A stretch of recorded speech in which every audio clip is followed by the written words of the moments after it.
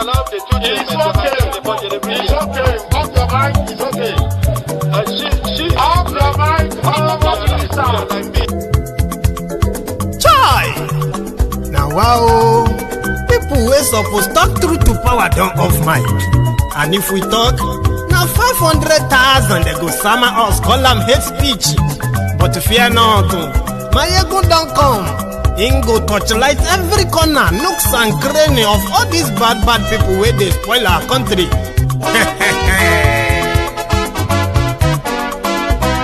So my people make we loud, oh yo yo. Mayegun don come, oh yo yo. My people make we shout, oh yo yo. Mayegun don come, oh yo yo. Mayegun don come, man of the masses, oh yo yo. Mayegun don come, oh yo yo. Mayegun diary politico, oh yo yo. Mayegun don come, oh yo yo. This one na dey off in mind, oh yo yo. Mayegun don come, oh yo yo. And in the touchlight every corner, oh yo yo. Mayegun don come, oh yo yo. Okay, some people be dey holla say dem want the power. Chai, dem be promise us say we go get light and power. Dem hustle sote they can't get the power. But now they know they do anything with the power. Every day, dollar just they get the higher power over naira. Still them talk say make we off mind. But thank God say Mayegun don come. So my people make you loud, oh yo yo. Mayegun don come, oh yo yo. My people make we shout, oh yo yo. Mayegun don come, oh yo yo. Mayegun don come, man of the masses, oh yo yo. Mayegun don come, oh yo yo. Mayegun diary politico, oh yo yo. Mayegun don come, oh yo yo. This one not dey off in mind, oh yo yo. Mayegun don come, oh yo yo. Person wey dey do evil no wan make person talk. Them say that Mayegun, that man too dey talk. He too dey talk. Say Mayegun diary, he dey hot like pepper. But every day, then they take money in bulk. Woman pikin dey the street dey hawk. Still them talk say make we no talk. But thank God say Mayegun don come. So my people make you loud, oh yo yo. Mayegun don come, oh yo yo. My people make you shout, oh yo yo. Mayegun don come, oh yo yo. Mayegun don come, man of the masses, oh yo yo. Mayegun don come, oh yo yo. Mayegun diary politico, oh yo yo. Mayegun don come, oh yo yo. This man not dey off.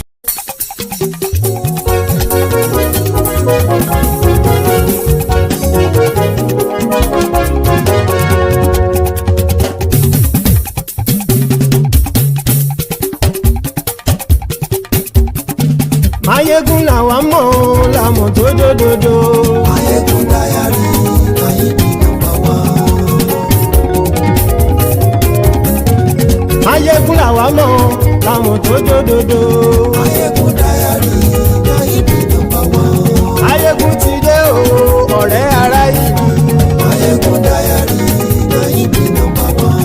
Lórí Facebook, lórí YouTube. Mayegun diary, Mayegun number one.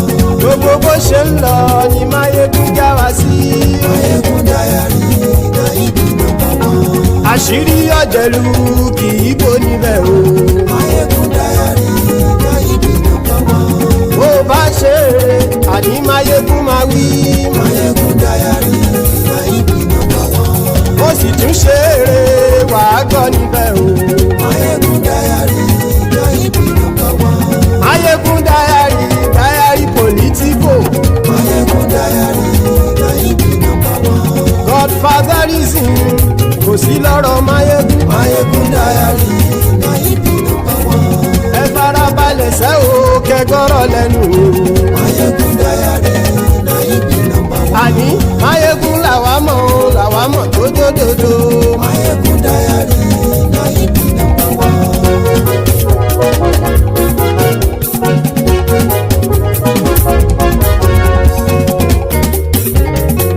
Àní ẹ̀sùn ràkì. Mayegun ti dé. Mayegun ti dé. Ọ̀jẹ̀lú ẹ̀sùn ràkì.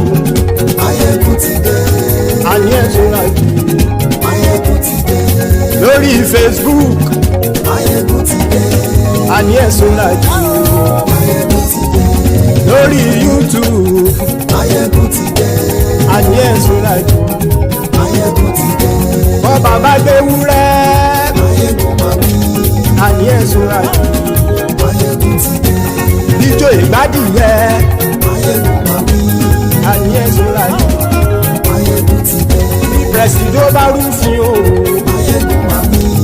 àní ẹ̀sùn làjú.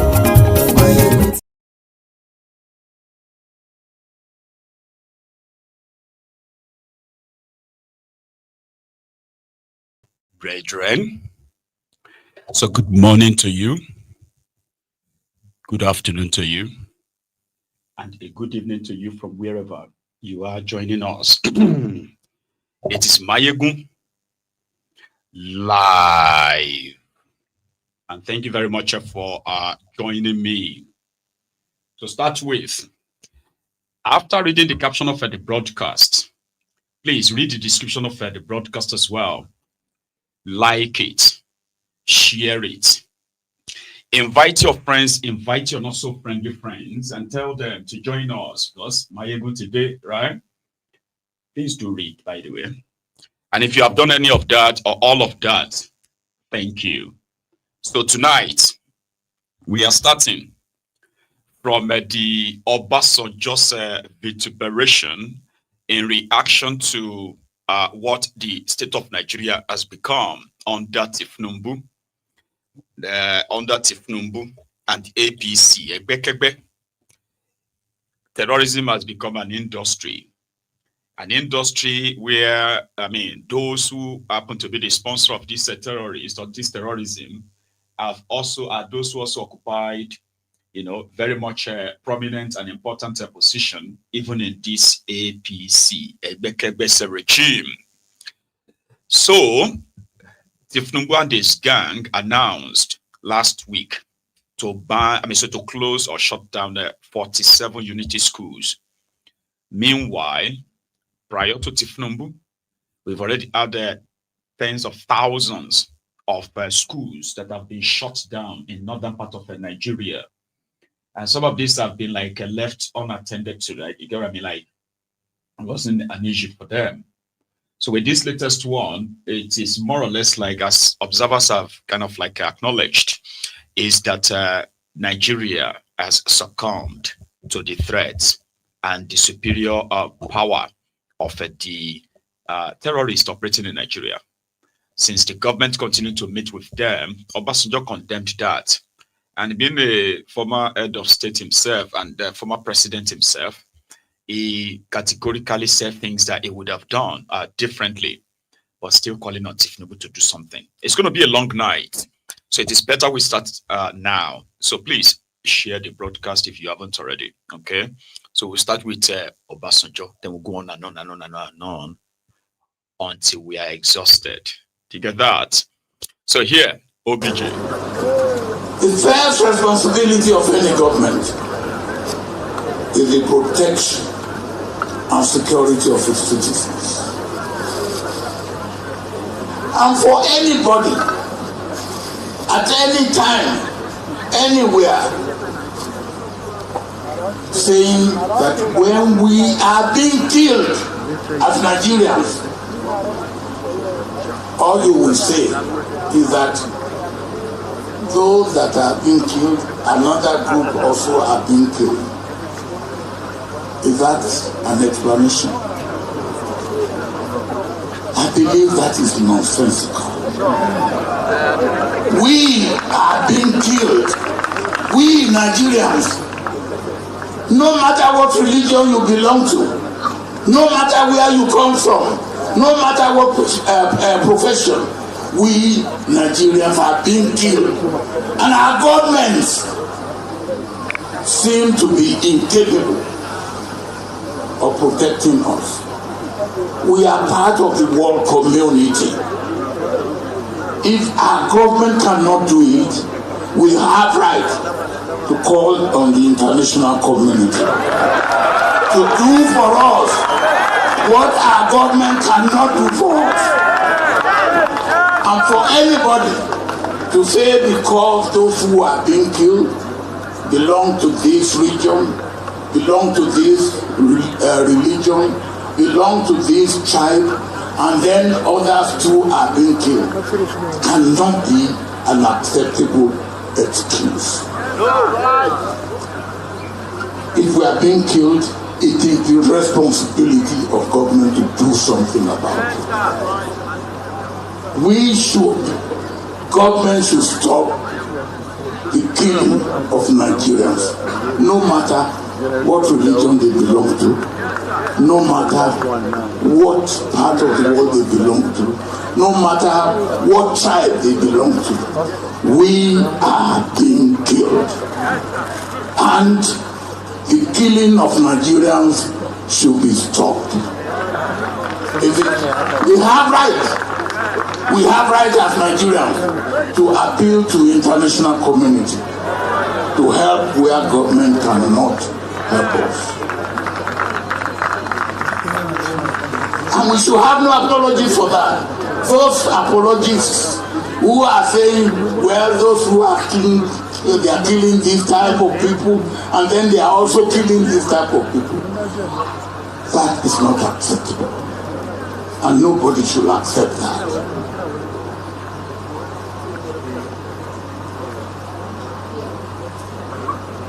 We will pray, and we will continue to pray. But when we pray, we should also work. We should do what we have to do. We should ask government to do what it has to do at all levels. We should ask our leaders to do what they have to do at all levels, in all walks of life, to preserve life in this country. And we should also, because we are part of the world community, we should also appeal to the international community to help us.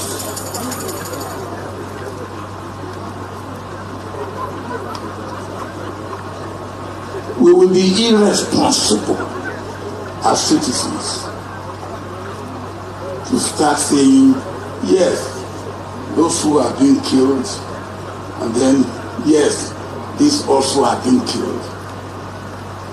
For me, every Nigerian life that is lost is a shame for Nigeria. Every Nigerian life that's lost by those criminals, no matter what reason they give for it, it's a shame for Nigeria.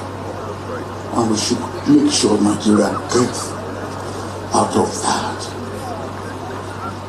And I believe that it's not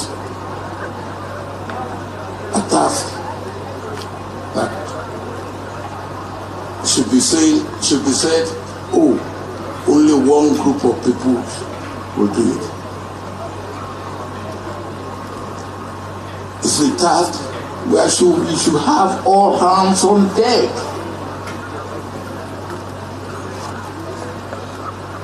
People of goodwill, people who know what to do, people who can help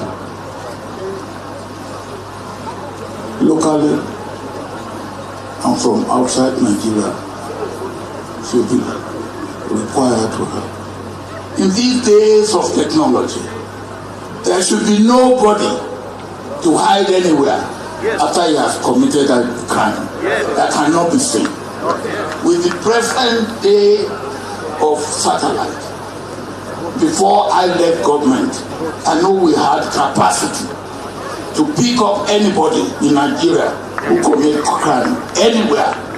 The capacity that we didn't have then is after we have identified and located such a criminal, we have no capacity to be able to pick him up without moving on land or by air.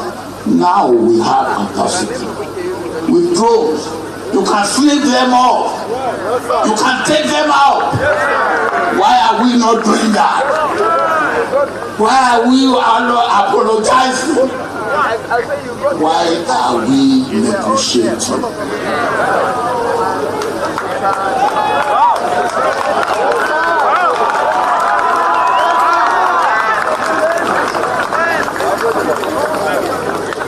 And after government has paid these criminals, government denies. And then it continues. It has to stop. It should appeal to our government to do what needs to be done to stop Nigerians being killed. We are being killed. We are tired of being killed. And we want the killing of Nigerians. Whether they are Christians or Muslims or pagans, they are Nigerians. And the life of every... He has no job. He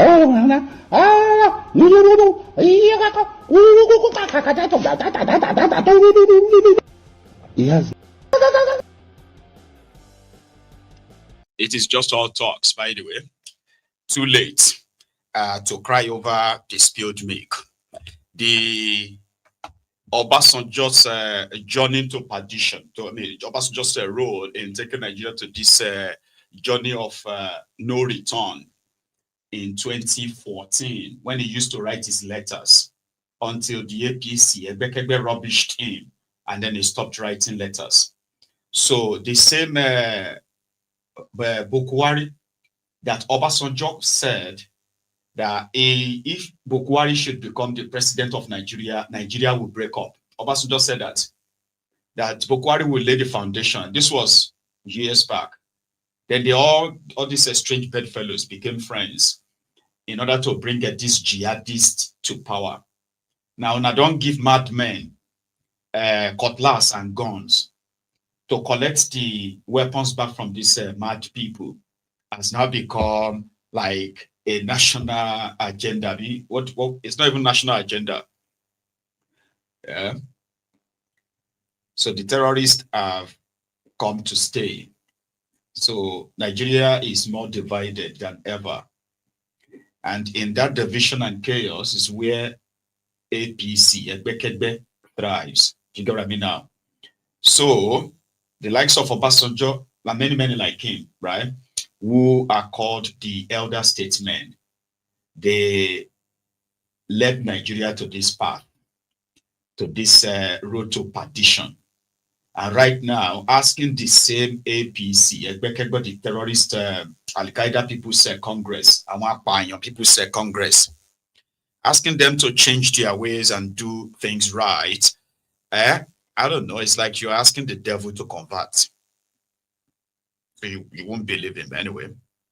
So Obasanjo is asking the government to do its job, which is the same cry, the same call that a lot of us have been making. And rather, the Tinubu's, our APC, including Tinubu's regime, continue to showcase Nigeria as a very much a weak country because of a religion and then a tribe and then, of course, politics. So from what I've gathered, in case if you have been also following the news, I heard that the Americans are around. Yeah, but this time, they said they are providing both technical and they have a name for it, so support for Nigeria. So if you have read the news on the losses suffered by this Boko Haram in Borno yesterday, it's quite substantial. I've seen the evidence as well. So it is not going to be the gun blazing that Donald Trump promised. So buying time means there is a chance that Nigeria may actually allow America to build a military base on top of all of this, but it is not confirmed. But yes, the Americans are around. Some said they never really left. They've always been around. It is just that the intel and everything they are working with, which mostly have been so compromised. So they are just providing technical support, training, and all that, but never really engaged in any combat. So maybe this time, they are beginning to actually implement orders that will begin to decimate these terrorists and keep the momentum. Another information I heard is that American troop or American force or so, they are already based in, the Gulf of Guinea. That's water between Ghana and Benin Republic. That water there. None of these have been confirmed. People are just linking them to the success or the successes recorded by the Nigerian military in Borno State yesterday. I thought I should tell you, because I've always made sure that those ones they don't want you to know are the ones that I want you to know. The ones they have done so well to bury the news, control it, or play it down so well that the media continue to water it down. So I will let you see that. Right. Talking about the government going after the terrorists. Well, I think the Arewa Consultative Forum, their leader, which is, what is his name again? Dalatu or Talatu or something. Dahiru. So he's the leader of the Arewa Consultative Forum. They had their conference last week in Kaduna. That is the Arewa House in Kaduna, where they discussed the insecurity in northern Nigeria, and at the same time they raised over 15 billion naira. 10 billion of that money was donated by Dangote, Bao, Abinabua, and one other person. So they raised enough money to combat terrorism. I have no idea what they wanted to use the money for, because their chairman confidently said that if we want this terrorism to end in northern part of Nigeria, the consensus among the leaders in northern Nigeria is that the federal government of Nigeria should actually give amnesty to these terrorists the same way they did for the Niger Deltans. Now here is a clip from Bakori local government area in Katsina State. So this video is the video of supposed meeting between a member of House of Representatives, Abuja, as well as the local government chairman of that Bakori local government in Katsina, where they were negotiating for the release of 37 kidnapped Nigerians from that local government area. Now here, from what I have gathered, I'm going to play you the clip, okay? But before I play you the clip, so the chairman was actually commending the terrorists in what they call their peace deal, right? So he said, he referred to the terrorist leader as a grand command. In fact, let me let you watch it. I'll put it in the comments, what they are saying. Then I'll come back to that Arewa leader. These are the terrorists. Chairman na karamar hukumar Bakori, Honorable Abubakar Barde, tare da sauran tawaga daga karamar hukumar Bakori, mai girma secretary na karamar hukumar Faskari, masu masaukin baki, babban kwamandan zaman lafiya kuma shehin malami Malam Ishaka, tare da ainihin tawaga yan uwa Fulani da ke a wannan wuri, tare da dukkanin waɗanda muka zo wannan wuri. Assalamu alaikum wa rahmatullahi ta'ala wa barakatuh. To a yau ma rana mai kamar ta yau nawa ga wata? Yau 28 ga wannan wata namu na 11 hijira ta 2025. Yau ma Allah ya halarta da mu a wannan wuri mai albarka a cikin karamar hukumar, wani bangare na daga cikin karamar hukumar Faskari wanda ake ce ma Farin Dutse. Kuma mun zo ne domin alkawarin da su Malam Isa suka yi mana cewa za mu aishi sauran mutanenmu na karamar hukumar Bakori. Saboda haka muna ma Allah Ubangiji subhanahu wata'ala godiya, kuma muna so mu mika godiyarmu musamman ga shi dukkanin shugabanci na Fulani, tun daga kan Alhaji Adamu Aleru zuwa shi kan babban kwamandan zaman lafiya Isa da dukkanin sauran shugabannin Fulani. Muna godiya kwarai dangane da wannan cika alkawari da aka yi. Wannan shi ya nuna ainihin cika alkawari da riƙon amana wanda muka riga muka ginda a tsakaninmu. A yau mun zo muna karɓar mutum 37, mata 17 da ƙananan yara guda 2, sai kuma maza su 18. wanda shi ya bada ƙididdigar 37 kuma daga yau kenan babu sauran wani ɗan ƙaramar kuma bakori da ke a cikin daji da sunan jiran kuɗin fansa ko wani abu makamancin haka. Saboda haka muna miƙa godiya ta musamman, sannan kuma muna son in yi kira ga ainihin al'umma, sannan kuma in yi kira ga ainihin ita gwamnati. Mala Isa ya riga ya bayani, ya yi shara kwarai kan abin da ya kawo wani al'amari, ba nan nake son in koma ba. Ni ina son in kalli gaba ne ta yadda wannan al'amari zamu zai ɗore. Muna fata al'umma da muke ta yi domin su, muna fata wannan zaman lafiya kowa zai zama ainihin mai sa ido a cikin wannan al'amari, domin ba shugabanni ba ne ba kawai za su zama ainihin za su kawo zaman lafiya, duka kowa ya sa ido tun daga gidajenmu da makwabtanmu da unguwanninmu da garuruwanmu.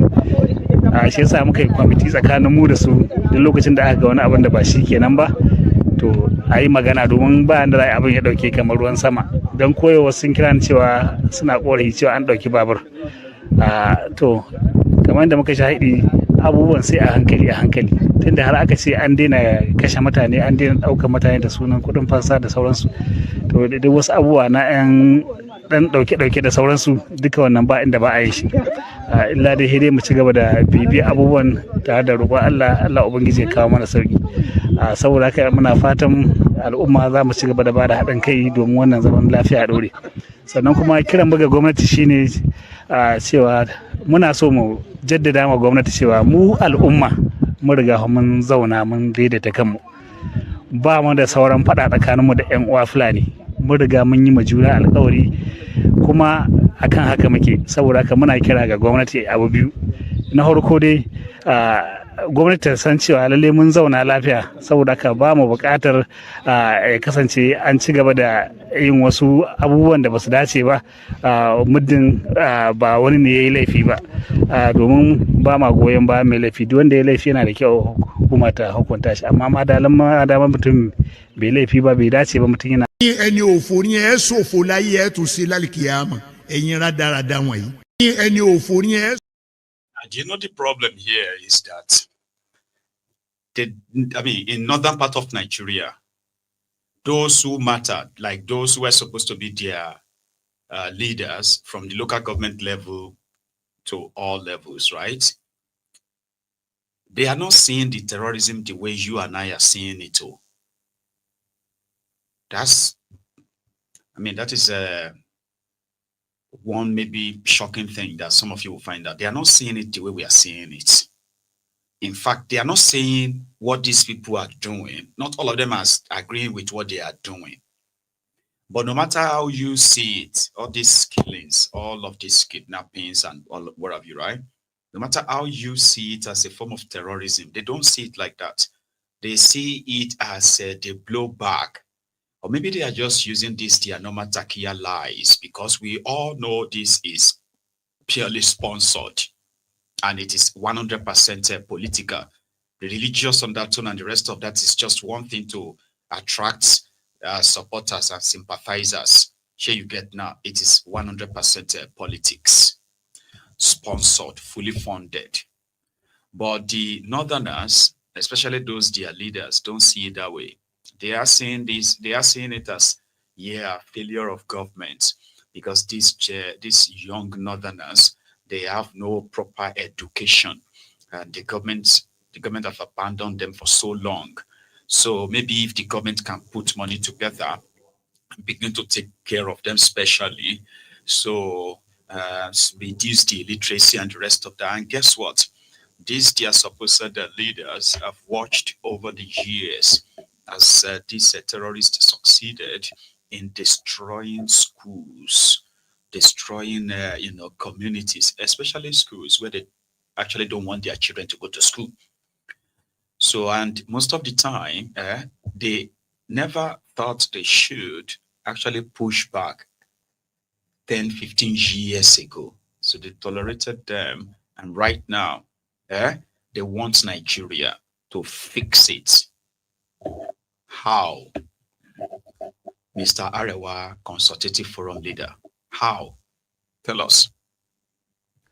As I understand it, there is a very fierce debate in the North now between those who believe that you do not win this kind of problem with only military approach, and those that believe that you can win by talking, by negotiating, by consultation. The debate is still there. It's out there. The jury is still out. But I understand a mixture of the two has been used successfully in quite a number of places already. So maybe in the end, this has to be put together and applied. But I remember very well when there was an amnesty program in the Niger Delta, during those chaotic times, and it has worked perfectly. They were given amnesty. They were sent to school. They came back. They become integrated in the system, and they are useful products and citizens of Nigeria. That also aspect can be looked at in terms of the North. Most of these bandits have not had the opportunity to go to school, have not had the opportunity to actually enjoy what we ordinarily do in the cities.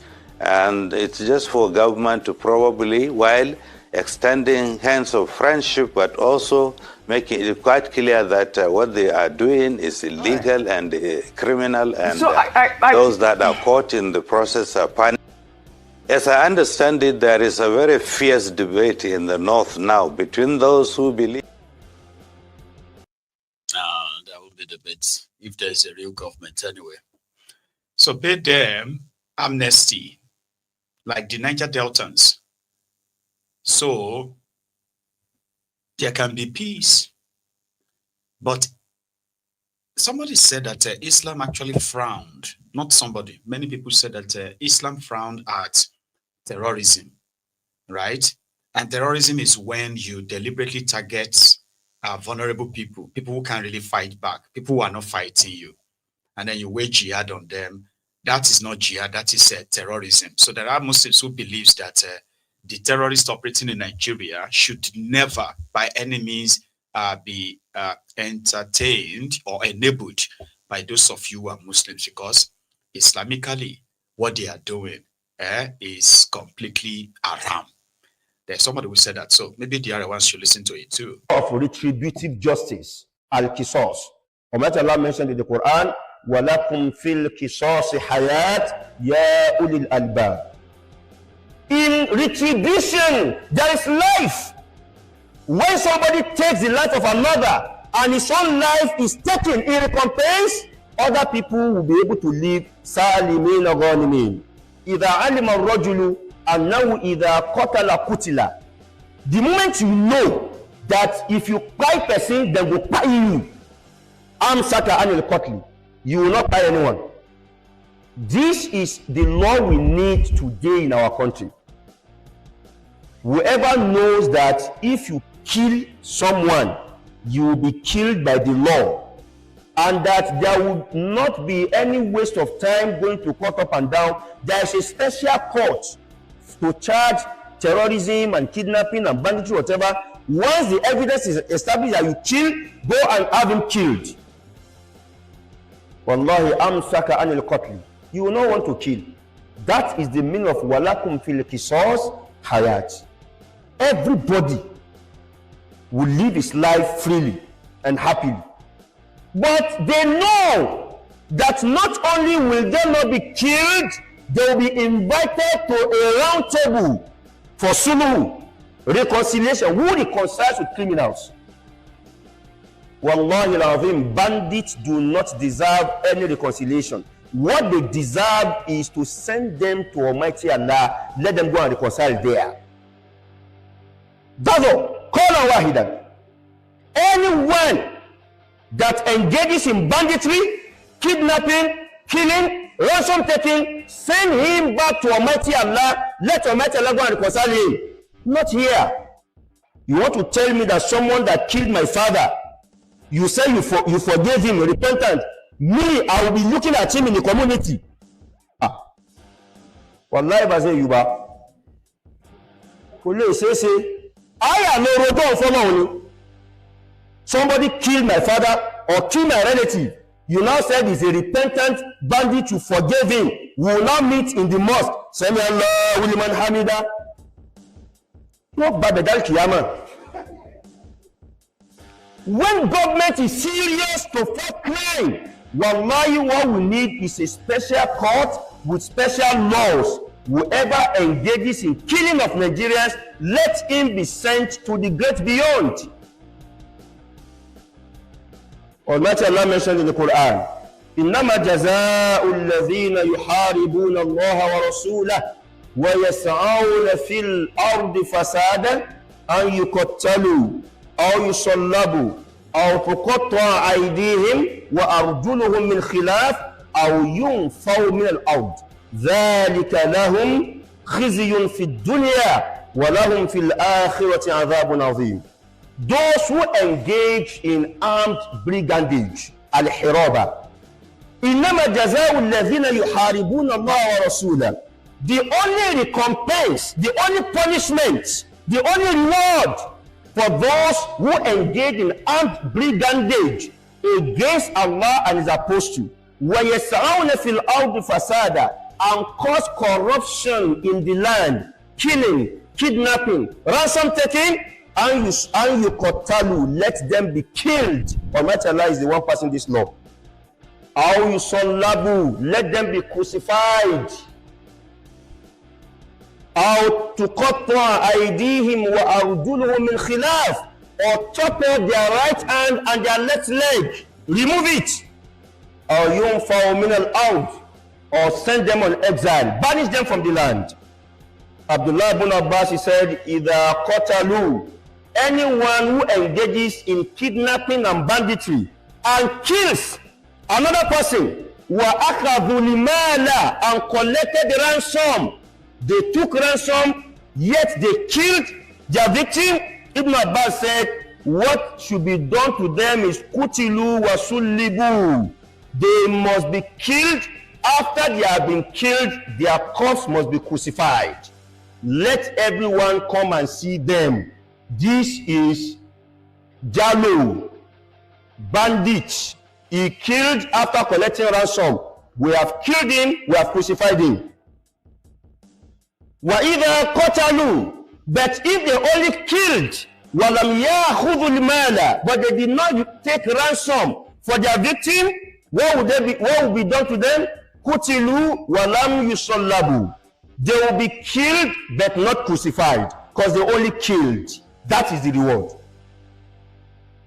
وَإِذَا أَخَذُوا الْمَالَ, but if they kidnapped and take ransom, وَلَمْ يَقْتُلُوا, they did not kill their victim, they released the victim back to the relatives, قُطِّعَتْ أَيْدِيهِمْ وَأَرْجُلُهُمْ مِنْ خِلَافٍ.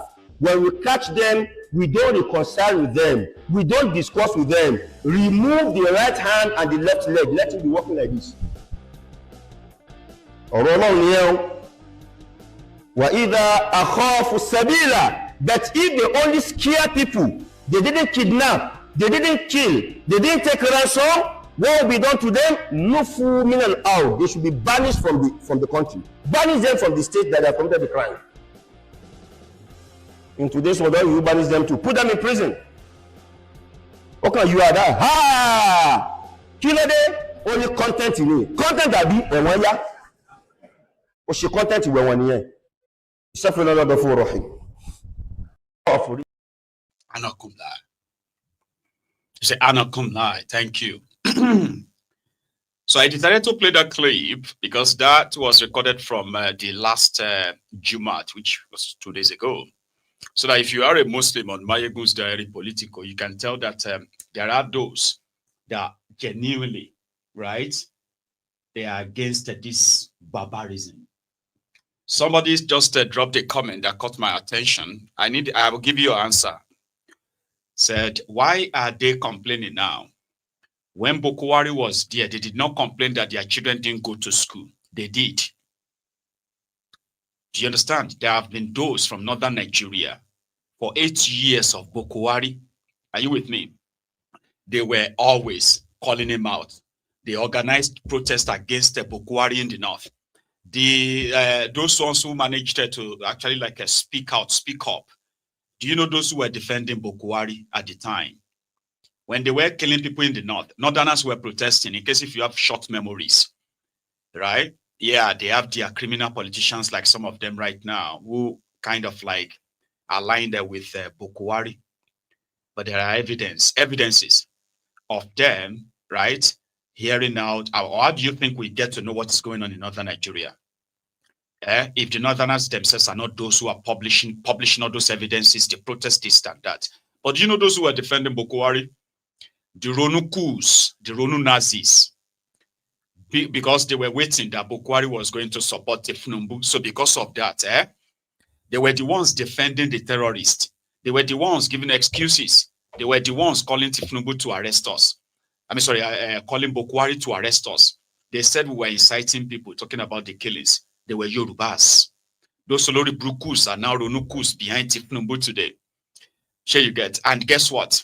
They are also denying the genocide going on in Yoruba land, the terrorism going on in Yoruba land. So in another, maybe if your Tinubu lasts till 2031, like some of you are hoping, right? So after Tinubu, some of you Olori Brukus who defended him now, denying the killings in Yoruba land and telling us that it is because of politics, because of power. That is why they are making Tinubu's government ungovernable, blah, blah, blah, blah. So after 2031, right, whoever becomes your president, majority of you will now suffer Stockholm syndromes. You probably will begin to now talk about the killings in Yoruba land. Was it not under Boko Haram? Tinubu asked us, where were the cows? I bet it baby, because some of you have short memories. Some of you Ronukus, disguising Ronukus. Northerners spoke out. They protested, but guess those who actually shielded don't pretend now. This is not the same as social media. Who were those who were always like defending Boko Haram then? Even Northerners not defend Boko Haram, Richard, this Ronuku, these sewage dwellers. So don't come here and begin to say, why are they complaining now? They've always been. This is APC, Ebekebe. They will gaslight you. Sure you get. They will blame the victims. And then they will defend their killers. I've seen that happen many times, okay? Now, if you ask that question, if you're not a Ronuku, maybe you are a closet Ronuku. I know your kind. I know your type as well. Those are the ones that will be like me. I don't like Tinubu, but all these northerners, they always like power. They always want to make country ungovernable. Guess what? You are a closet Ronuku, because to you, all these killings, all these things going on, right? Tinubu is overpowered. Tinubu is overwhelmed.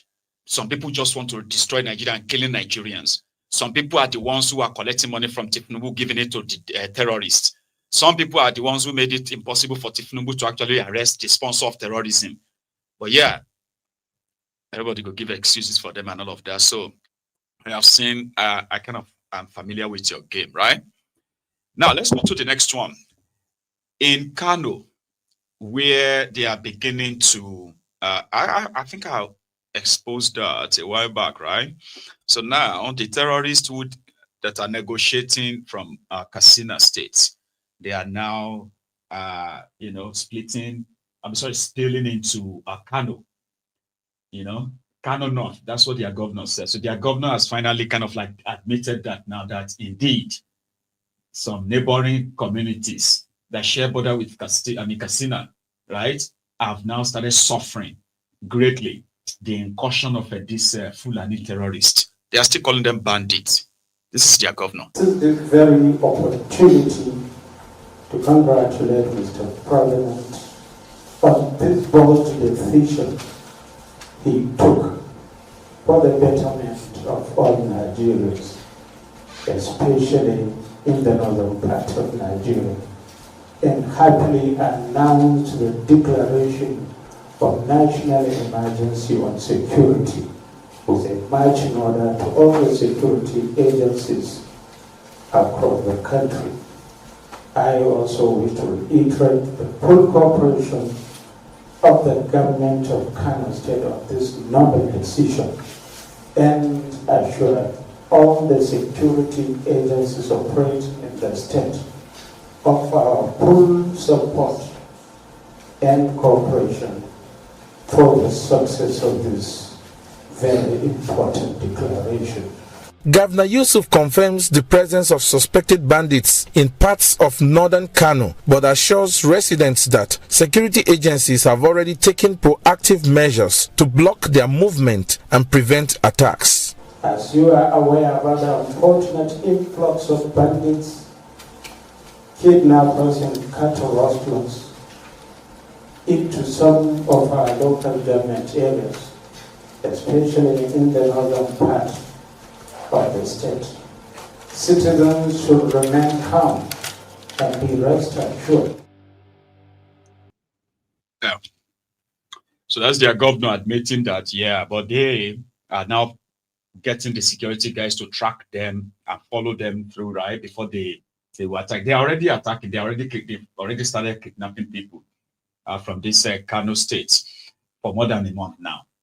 They're just making it to the news. So fair enough. If their governor is admitting, that means they can no longer pretend that this is not happening. So, and that's how everybody is kind of concerned about, you know, taking proactive steps in confronting the terrorists rather than just, you know, playing all these their word salads and all these talks, no action, so to say. But again, they have the media to help them curate some of the narratives, and most of the time they are not true representation of what is on ground. But eventually we'll get to see what is on ground, Abi? Yes, we will. Now, if you leave Kano, Katsina, there are other places where the record, people are already like, people are speaking up, and they are speaking up enough that they cannot be silenced. So they want something done. And until something is seen to be done, people are not keeping quiet. So yesterday, Yusuf Ahmed Datti, right? Ahmed Baba Datti, Peter Obi's running mate in 2023. He was a guest on Charles' program on Arise News or Arise Television, where he categorically said he is no longer a proud Nigerian. He used to be a proud Nigerian, but Uncle Tinubu has destroyed the country, destroyed the security apparatus of the country, and Nigerians are still not aware the level of the degenerate that they have dipped Nigeria into. So to him, he is not proud, and he did his best to stop Tinubu from becoming your president, but people just didn't respond. And sometimes people are saying that they wish he was actually DOB, that if he was the one that got that vote like that time, this could be a different story right now. But with that statement or that from that interview, right, Ahmed Datti has now been invited by the DSS. They said this interview, his TV statement, was more or less like an incitement to incite the people against the government. It's always incitement, right? Well, let's start with this. There are times I'm proud to be a Nigerian, but also there are times I question my pride in being a Nigerian, because we Nigerians, we take every and all things on the cheek and we turn the other cheek to be slapped again. All and everything that one individual wants to do, he will do it and get away with it. Somebody said Nigerians don't like sticking their necks out for anything. Thank you very much. They just want to be alive. Now, American taxpayers' money is valuable, and they know the value if we don't know ours. Yes, Americans can strike. They struck Libya, they struck many places. Nobody from any country will come and do for you what you are lazy to do for yourself. Nigerians, hear this. No Ghanaian or Cameroonian will come to Nigeria and give you good governance. The key to a good life is a good leader. It is your business, how you procure yourself a good leader. It's your business. If you allow people to come and spend their money and make it their turn, their locum, good luck to you. That's it. I can't say it any better. Why I don't want to continue talking about security, because this your very intelligent question is bringing me to say that Nigerians, Like Peter Obi once says, wake up. Nigerians, wake up. What are you doing? They are killing you like, and you are waiting for Americans. Wake up. No American will ever bomb you for your development. Look at very, very small countries with skyscrapers. Nigerians are more educated than them because it is Nigerian doctors that are in, surgeons who are in their hospitals. What do they have? The only asset, the only natural resource they have is they have love for their leaders. Their leaders have love for their followers. So look, no need to print a poster. No need to hold primaries and spend money. No need to bribe any INEC. No need to give the police and anything like that. Rule for life. So long as you provide good leadership to those small countries. They sleep till 4 p.m., wake up, go shopping, have dinner, go back home and sleep because they have a good leader. Other countries kill themselves, smuggle out the gold and diamonds, take it to their country, stay in the hotels and pay 20% because they have good leaders. They do all those. Now, I can't say it any better. Wake up, get for yourself the right leaders. Don't allow any loco to rig in 2027 because they will rig and you mean nothing to them. The Constitution means nothing because one individual would say the way he wants it to be interpreted. Nigeria, with the empires, Benin, we are getting to realize now that the artifacts are coming back to Nigeria. It was a highly advanced empire. Kanem Borno, the caliphate with the knowledge they came with, the knock culture knew of. But surely you can't hold them responsible. They are. No, hold on a minute. Let me just make this point. You can't hold them responsible for the historical problem of insecurity in this country. I mean, they've been there for just over 2 years. Can I catch you, Charles? And this stuff has been going on since 2009. Can I catch you, Charles? Thank you. You said 2009. From 2015 to now, at least you can catch Uncle Tinubu, because the world had it with late Baba Buhari.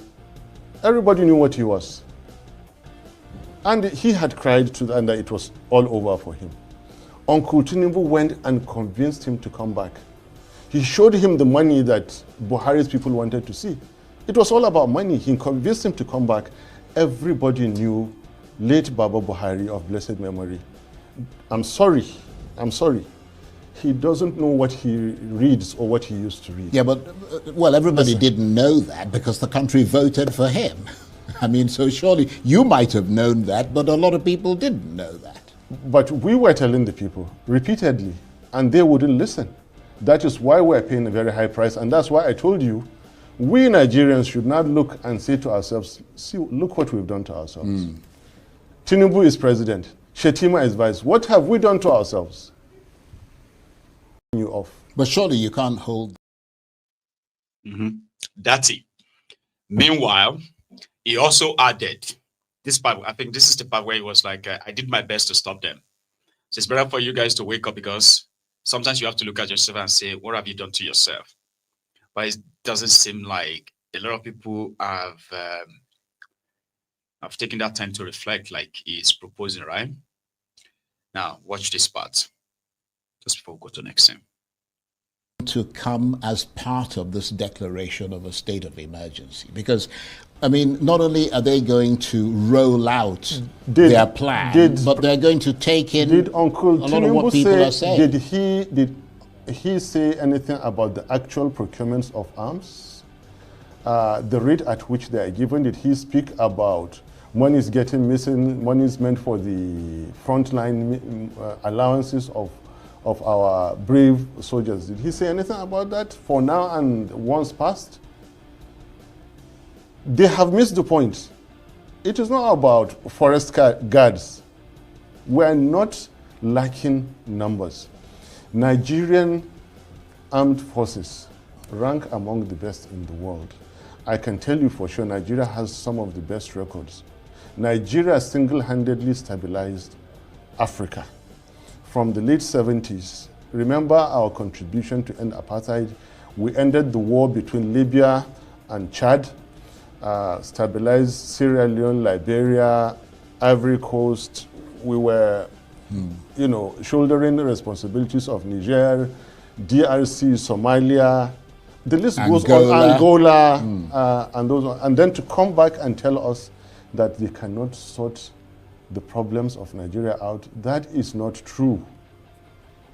I'm sorry, Mr. President, Uncle, advisors, and all others, they have missed the point. It's not about forest guards. It is laughable to say that you're going to bring up forest guards to challenge the gentlemen in the forest. They are gentlemen in the forest. They are not jihadists. The real meaning of jihadists is totally different from what they do.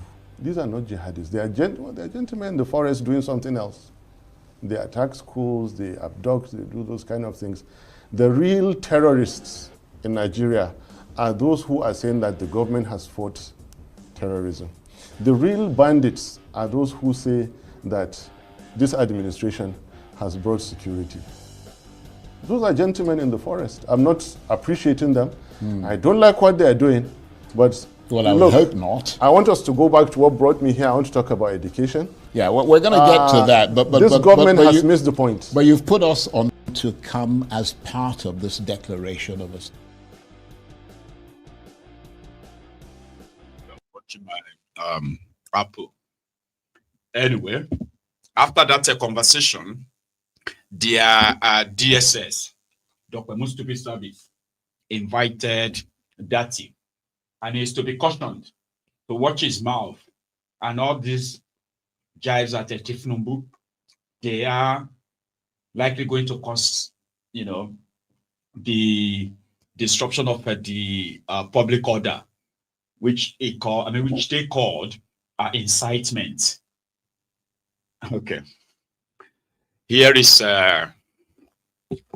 what is their name again? ADC. This is their own response, especially after the announcement of shutting down 47 schools because of insecurity. Yes, Nigeria shut down 47 schools, right? For now, because they couldn't provide security or safety for the children in the schools, federal government schools. Well, ADC's reaction to that a few days ago. Deploy the security, the Civil Defense Corps to all the federal unity schools so that children can safely return to the classroom without further delay. Protecting our schools is not optional. It is a constitutional and moral responsibility.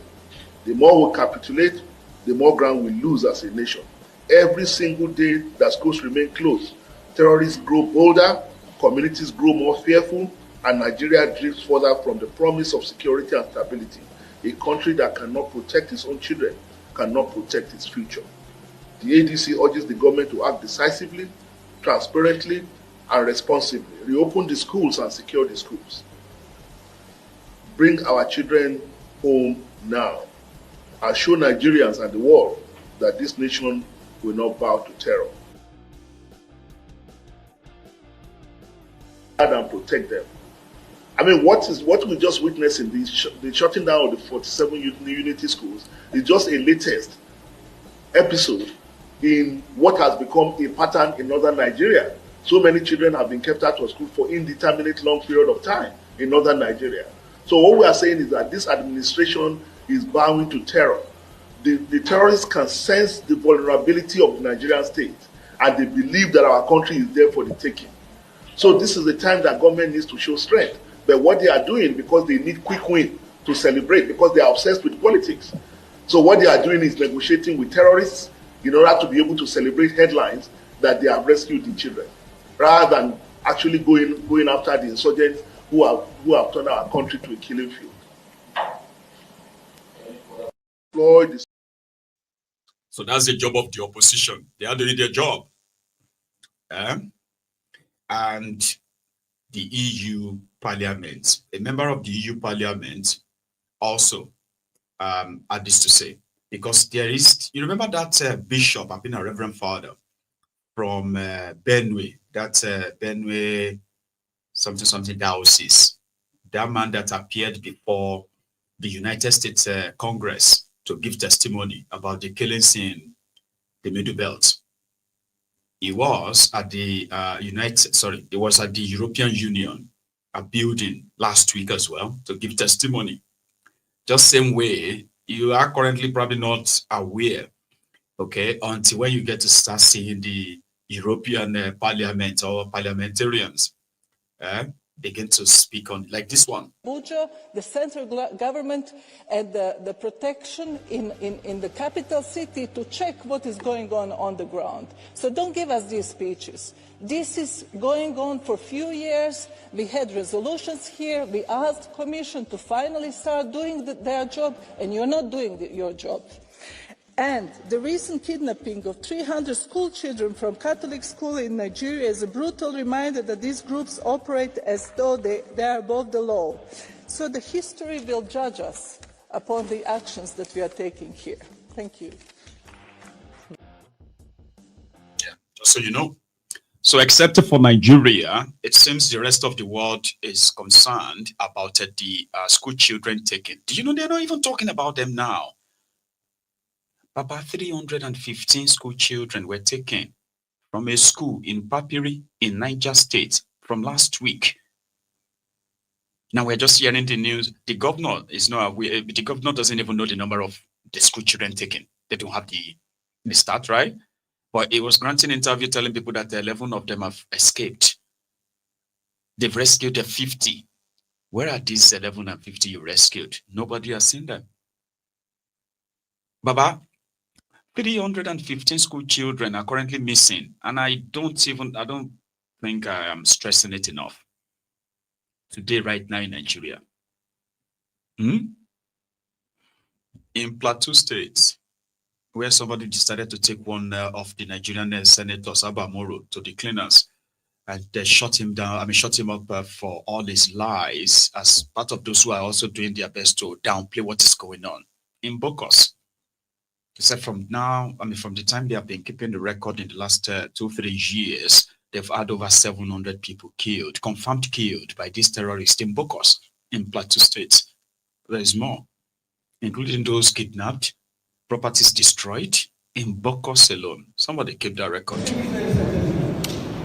What would you say if within 1 month, within 3 months in 2016, your community lost a village head,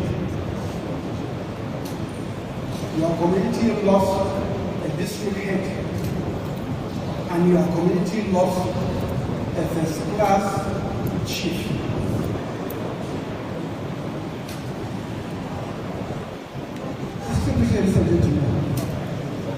Banditry in Bokos local government and indeed the president predates 2021.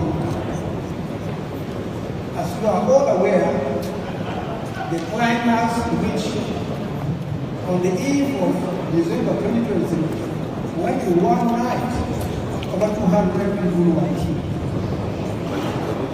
Permit me to state that to date, about 783 people have been killed in Bokos local government. 689 injured, 101 women raped, 25,892 assets destroyed, leading Sir, the development of Mr. Presenter, Prof. This is the history that we say we should avoid for now. What are responsible for these killings? And then what solution do you offer? Because the story isn't necessary to raise emotions. It will provide solutions. Mr. Chairman, sir, we came here to solve problems. And if we want to solve problems truthfully, we should allow people to air our words in their mind. However, I respect what you are saying, but I want to say that my presentation, I will just talk to it. In this presentation, I have made provision for issues on influx of militants into the local government. I made provision for information of burial grounds that are almost 38, 39 in Bokos local government. I've also made provision for land grabbing and giving the details of the places that have been grabbed. Having said so, let me end my presentation with specific demands, Mr. Chairman. Number one, the people of Bokos local government area are demanding the following.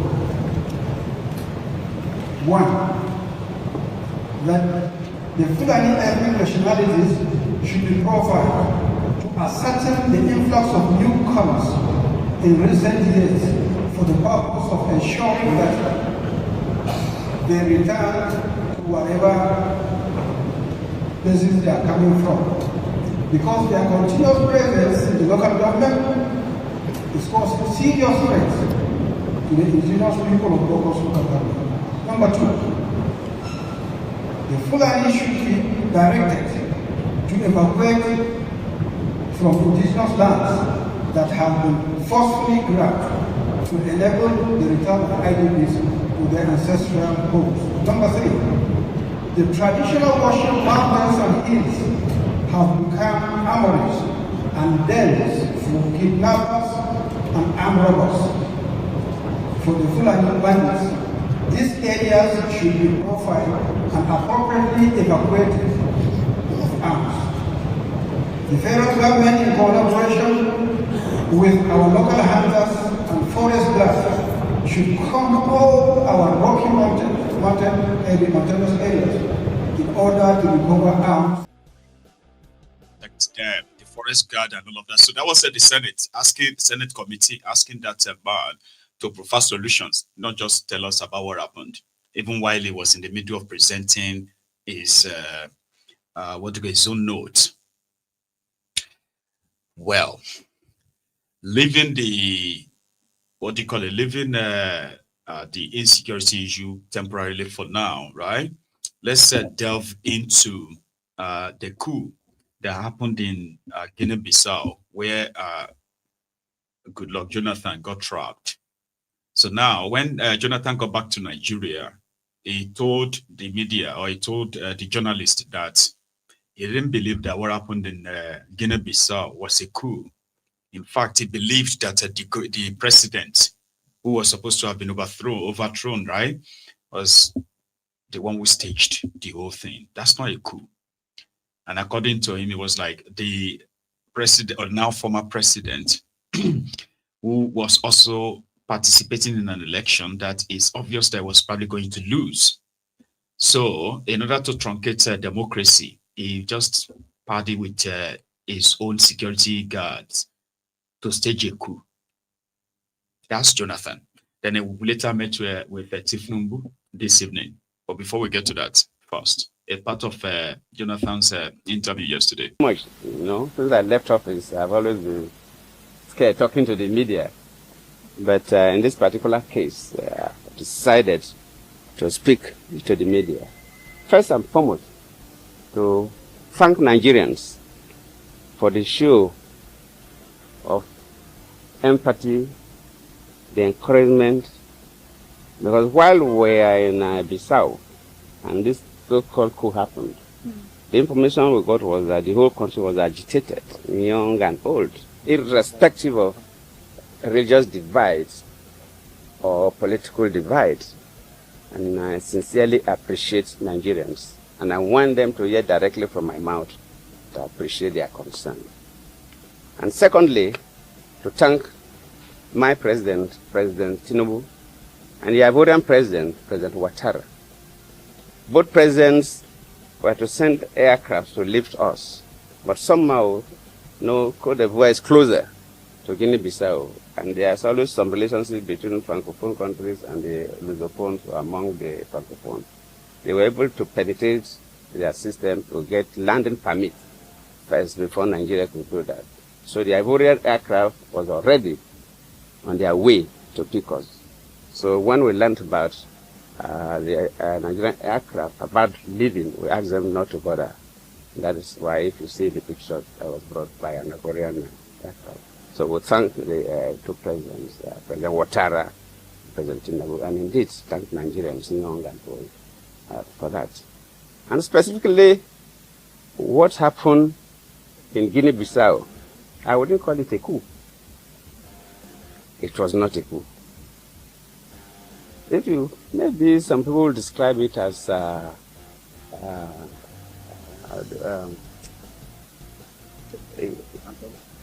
no, not quite. RNG?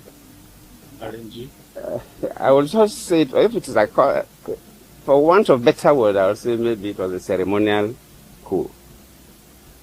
Because for two things, it is the president, President Balo, that announced the coup. Before later, the military man came up to address the world that they were in charge of everywhere. Then Mbalo has already announced the coup, which is strange. Not only announcing the coup, but Mbalo, while the coup took place, was using his phone and addressing media organizations across the world that he has been arrested. I'm a Nigerian close to 70, and I know how they keep heads of state when a coup takes place. Recently, I was a mediator in Mali, an ECOWAS mediator in Mali, and within that period, we had a military coup. Military don't take over government, and the sitting president that they overthrown will be allowed to be addressing press conferences and announcing that he has been arrested. Why does this happen? Who is fooling who? Basically, what happened in Guinea-Bissau is quite disturbing to me, who believes in democracy. In fact, I feel more pained than the day I called Buhari to congratulate him when I lost the election as a sitting president. Because I've been quite particular about Guinea-Bissau. As a sitting president, then, Guinea-Bissau was in crisis. Started by about 2012. By 2011, we have to go physically. We worked with them and made sure that by 2014, 2013, elections were conducted. In fact, it was so bad the day that I learned that the military man went to the office of the prime minister and slapped the prime minister in the office. It was that bad.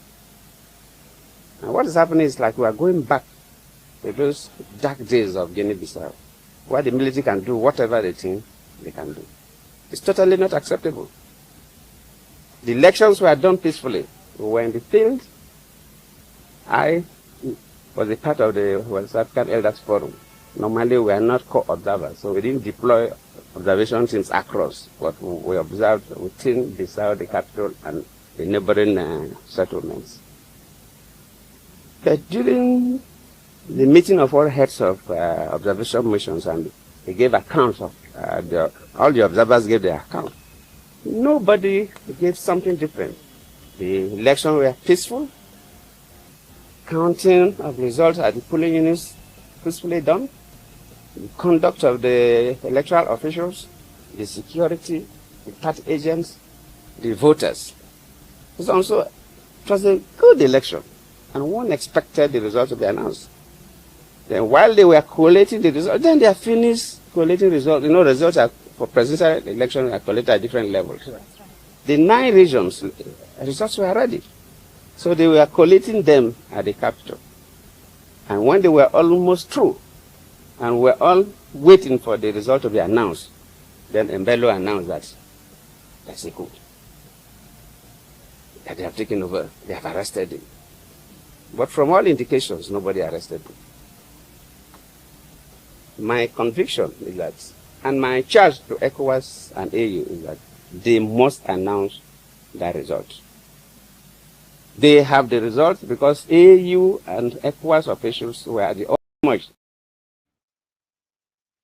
Democracy in Africa. Do you get me now? Say the Africans can't elect their own leaders. Some are saying, no, don't use the same brush to paint all of them. Elections in Africa, democracy in Africa, is not the same democracy that they told you that they brought to you in Africa. This is where men are more powerful than institutions. And some of them will rather bring down their own country than to bow out of a power, unfortunately. So that's Africa. And other places where dictators and their collaborators. I mean, it is so sad when you have criminals who hijack levels of power in a country, and then they just could do anything, just anything, that it will get to a stage that you begin to ask yourself that, is this actually a country?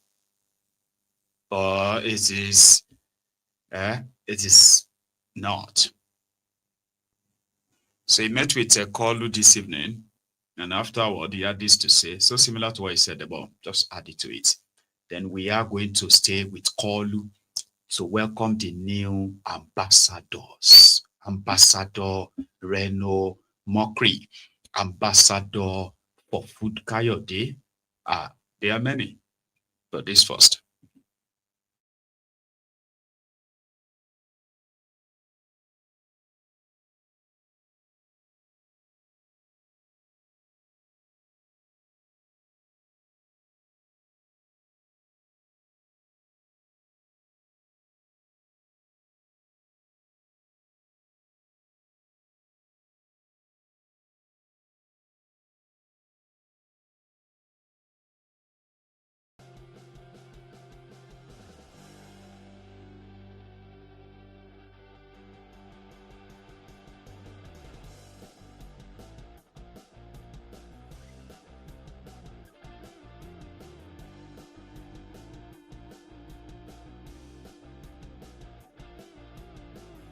Thank you so much. I came this evening to brief Mr. President what happened. Well, that's the tradition. You have a former president, all these regional and continental issues. Whenever you're involved, when you get back home, you have to brief your president, because the ECOWAS leaders will meet. I will not be there. So you'll be able to get first-hand information. I think, just like I mentioned in the press briefing, the key thing is that that election was concluded. Tallying of the results was almost concluded. In fact, the results are known. And the key thing is that the winner of that election must be announced. Well, they cannot kick out the military with force, otherwise people will die. But let us know the winner of the election.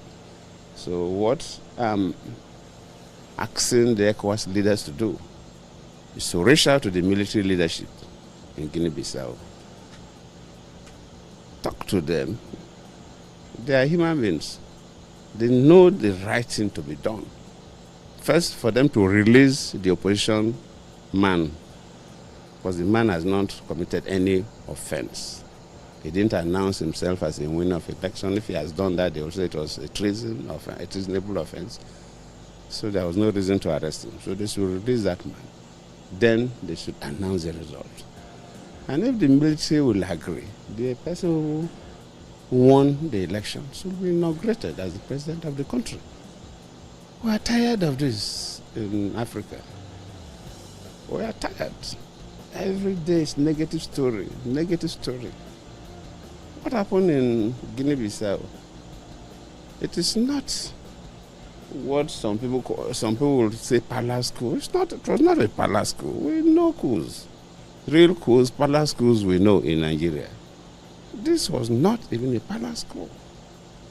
I was looking for the appropriate word to describe. I couldn't get it. I described it as a ceremonial coup. It was a ceremony conducted by the head of state himself.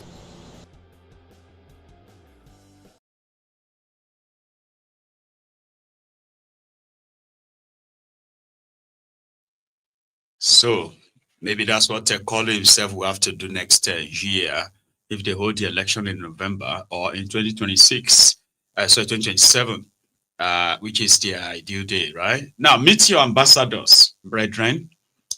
Tifnumbu waited there for 2 years and 6 months, 2.5 years, to appoint ambassadors. Now, welcome your ambassadors. The former Enugu governor, former Ikpeazu, the former Abia State governor, for Food Kayode, as well as Reno Mokri, and your immediate INEC chairman, immediate past INEC chairman, Mahmoud Yakubu, the wives of Adebayo, former governor of Ekiti, the former governor, the late governor or former governor for your state, Florence Ajimobi, the first lady, the former first lady of your state, the current senator representing somewhere in Ondo State, Jimo Ibrahim, and many others. 30 of them have been selected by Tinubu as your ambassadors. They call some of them career ambassador, and they ambassadors designate. Others are called non-career ambassadors. Now, meet one of the ambassadors, ladies and gentlemen, Ambassador Reno Mokri.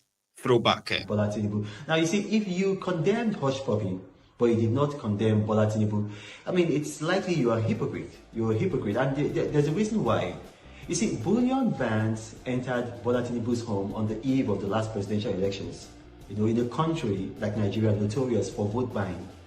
Now, ordinarily, Bola Tinubu should have been arrested and investigated if the country is based on the rule of law, like the United Arab Emirates, where Hush Puppy was arrested. But what we're seeing instead is, we're seeing Tinubu acting like a cowboy. Remember his own wife, Oluremi Tinubu, on camera, publicly, she said, Igbos, we don't trust you again. She actually said it in pidgin English. And this happened during the last elections. Now, what happened after she said that? You recall that APC thugs attacked Igbo strongholds in Lagos, where you had a lot of Igbo voters, to try to prevent them from voting. Now, but these things, you can Google them, you can check them, because I did, in fact, they were trying to suppress the voter figures of Igbos in Lagos.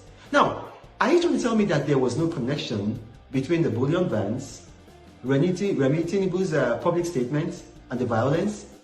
So now I'm asking you, what is the difference between Bola Tinubu and Hush Puppy?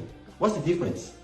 What is the source of Hush Puppy's income? You don't know. You think it's illegal, it's corrupt. Okay, now I'm asking you this. What is the source of Bola Tinubu's income? What is the source of his income?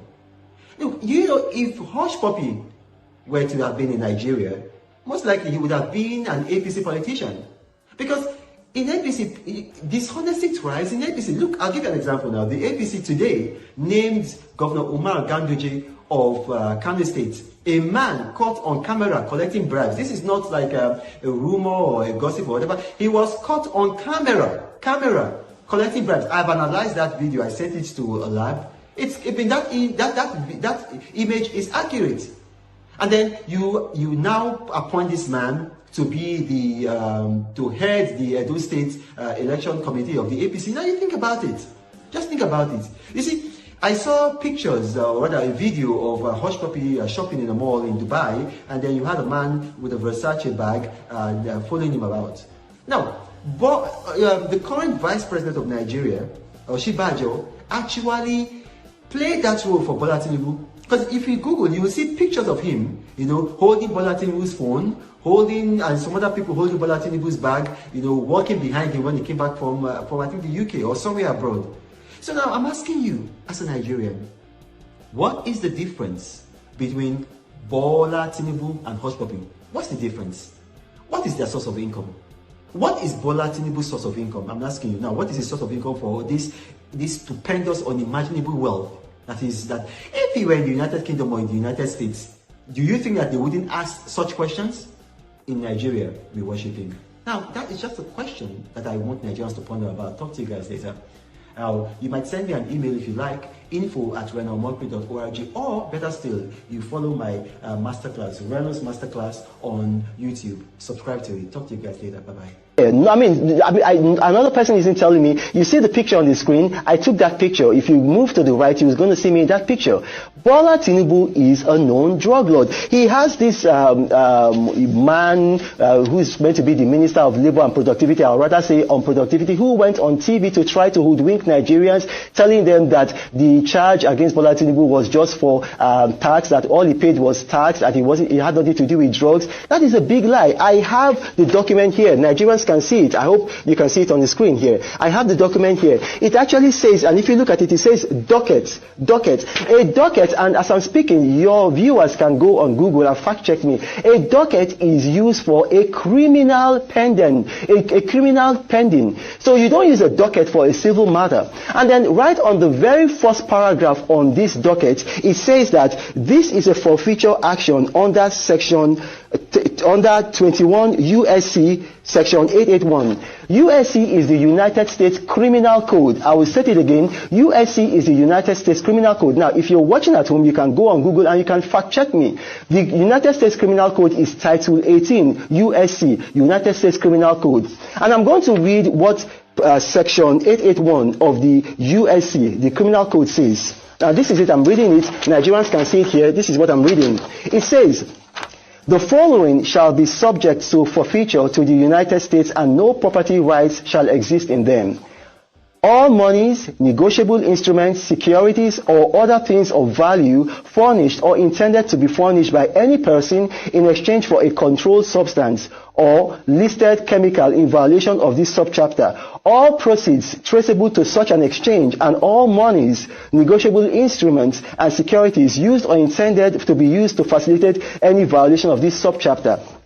The word used there is controlled substances. Now, for Nigerians who may not understand this, a controlled substance are what they call narcotics, hard drugs. In this case, it was white heroin. Bola Tinubu was involved in a white heroin cartel. We know, and he was the treasurer of that cartel. And then he put some monies into an account. He was working for Mobil. And as he was working for Mobil, his salary was $2,400. Yet he paid in a total of $1.4 million into several accounts.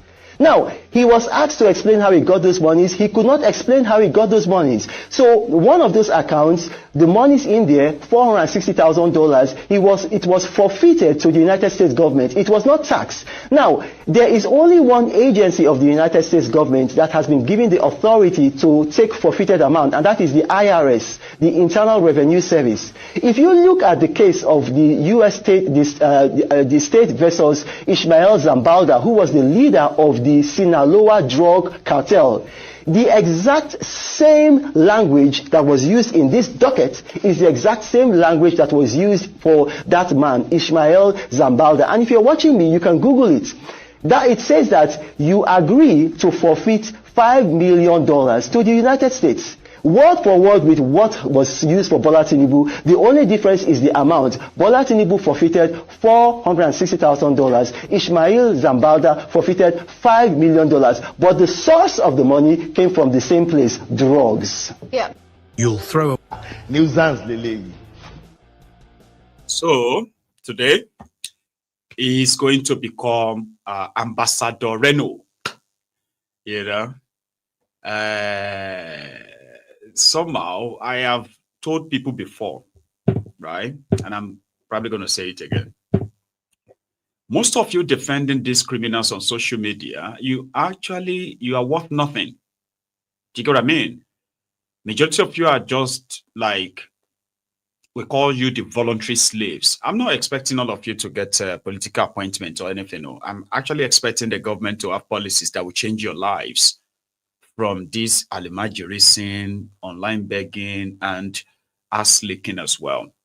You have been waiting since the time of Bukwari to see a government that will reflect whatever yearnings you have.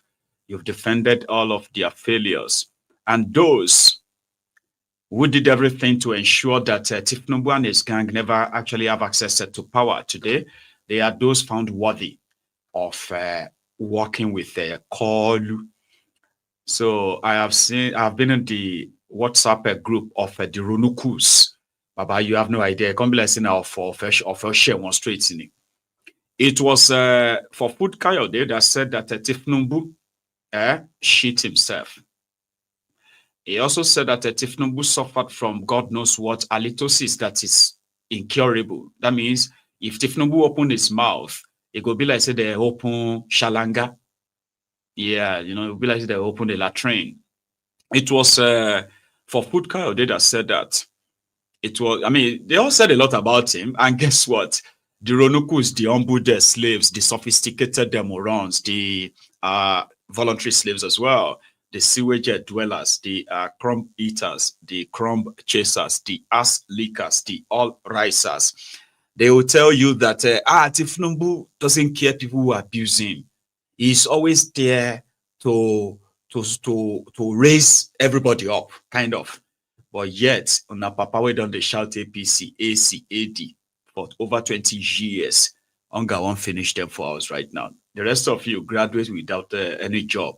You are now the admin of different APC WhatsApp groups where you are forward this to 10 people, forward this to 200 people, forward this on to, you will get 1,000 naira recharge card.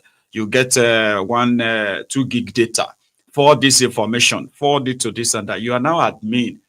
Admin of APC, WhatsApp group, the admin of Tifnumbu till 2031. You've been a graduate for over 5 years yourself. You probably screamed a change under Bukuwari. Now you graduated. You are unemployed. You are mostly unemployable, right?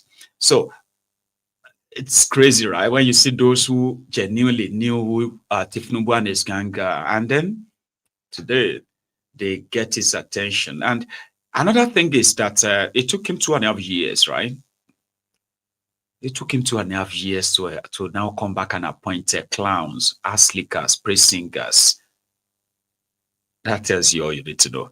Here is another ambassador, Ambassador FFK, Mr. Short-tempered and short fuse. Remember him? He's a throwback. I'm saying this on live TV. What? No, put that thing down. Let me address. What type of stupid question is that? What type of stupid question is that? Bankrolling who? Do you know who you are talking to? I will not take any questions from this man. What type of insulting question is that? Which bankroll? To do what? Who can give me money for anything? Who do you think you are talking to? Bankroll what? Go and report yourself to your publisher. Bankroll what? Please don't insult me here. Okay, I don't want to take any questions from this man. Very stupid. I could see from your face before you got here how stupid you are. Don't ever talk to me like that. Who do you think you're talking to? Bankroll who? You think that I'm one of those ones you'll be from who? From how? When? Where? How? You have a small mind. Very small mind. Don't judge me by your own standards. I've been in politics since 1990. I'm not one of these politicians you think will just come. I've been locked up how many times by this government? Suffered. I've been persecuted. Unlike most of the politicians you follow for brown envelope. You. Don't ever judge me by that standard. I spend, I don't take. And I'm not a poor man. I've never been and I will never be. Bankroll how? Don't ever suggest that to me. I'm sorry that it was deeply insulting. I don't often get annoyed in press conferences. I've been doing this type of thing for many, many years. Don't you ever make that kind of suggestion to me. Thank you, sir, for your time. Bankroll who, a former minister, a lawyer.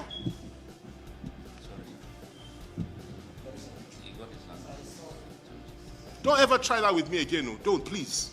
You see me well. Don't ever. All right? I have a short fuse. Okay? Don't. Try it with others. Don't. I won't just say right now. I will hit you hard. Don't. And if anybody sent you to ask that question and gave you brand new, go and tell them you got more than they bargained for to do it. Very rude. It's not the standard of daily trust at all. And I will report you to your publisher. Thank you. Any other questions? Bankroll. Imagine that. Somebody has been on the road for how long? You are coming to talk about that. Very stupid.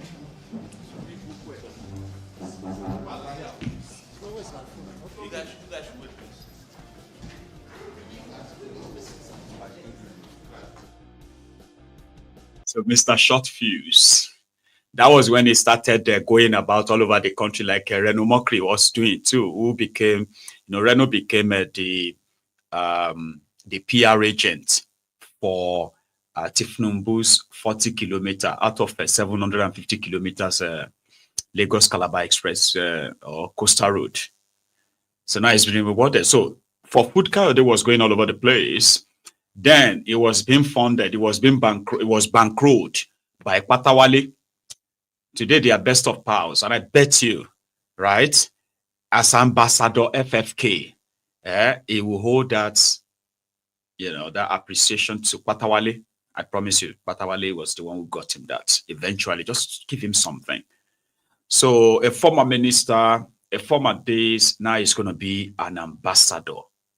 So the Ronokus are now debating among themselves that maybe they should just pick the best from, all these ones are just send them to Indonesia, send them to India or any of these other places. Don't send them to America or all these ones. So Ronokus are having that conversation on their WhatsApp. That's how I got to know. By the way, now let me give you the list. I'm going to read through. The former INEC chairman, immediate past INEC chairman, is rewarded just like Bokwari rewarded this guy Jega in 2015. When Jega left, Jega was then appointed to lead the livestock this, livestock that, for this and that by Bokwari. If they explain Nigeria to you, and you understand it, and you're not crazy, Baba, they lie to you. INEC chairman that left office last month, October, is now an ambassador designate. He's going to be a non-career ambassador. So he can go and be ambassador somewhere. His own reward. They can't explain Nigeria to you, and you won't feel like, man, I want mad, I want crazy. What do you mean? People who lack, morality, they have no moral gumshot, they have nothing. Shameless people, men of no honor. And that is an example of a state capture, no doubt. You get me now? Anyway, that was called at the zone, where have you, right? It's ambassadors. So the names, you have ambassador, they say barrister. These are the Tifnumbu's ambassador. How many were they? Yeah, 32. They are all 32. So you have Ogbonaya Kalu from Abia, Reno Mokri from Delta, Mahmoud Yakubu from Bauchi, Erelu BC Adebayo from Ekiti, Ifeanyi Ugwuanyi from Enugu, former Enugu governor, Tasiu Musa Maigari, Katsina, Yakubu Gambo from Plateau, Nora Ladi Dadut, that one is from Plateau State too. Femi Pedro, former deputy governor of Lagos State. For Food Kayode from Osun. Nkechi Linda Ufochukwu from Anambra. Fatima Florence Ajimobi, former First Lady of Oyo. Lola Akonde from Lagos. Grace Bent from Adamawa, that was a former senator. Okezie Ikpeazu, that's the former governor of Abia.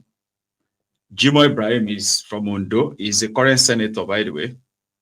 Then you have Ambassador Paul Atiku. That one is from Benue. But there are those who are like a career, what do you call it? You call them the career ambassadors. At the way they call them, career diplomat. So you have Enebechi Monica Okuchuku Abia. You have Yakubu Nyaku Danladi from Taraba. Mayamuna Abibe Muna, Ibrahim Besto Adamawa. You have Musa Abubakar from Kebbi, Sindof Baibi, and Doni from Bayelsa. Chima Geoffrey Leoma, that one is from Bemboyi. Mukulola Adeola from Ogun, Adeola Ibrahim. Abimbola Samuel Ruben from Ondo, Yvonne Oduma from Edo. Hamza Salau from Niger. Shehu Bade from Katsina. Then you have another one, Mohamed Monguno, former National Security Advisor to Bokwari, has now been appointed as an ambassador. Monguno. Then you have another one, Mohammed Saidu Dairu from Kaduna. Tunji Ahmed Sulu Gambari from Kwara. Then you have Wahab Adekola Akonde. That's from Oshun. So those are the you see, one thing is that once you begin to dig them one by one, you realize that these are just people who are being rewarded for political, it's called political reward, so to say. So they are not going to add anything or change anything per se.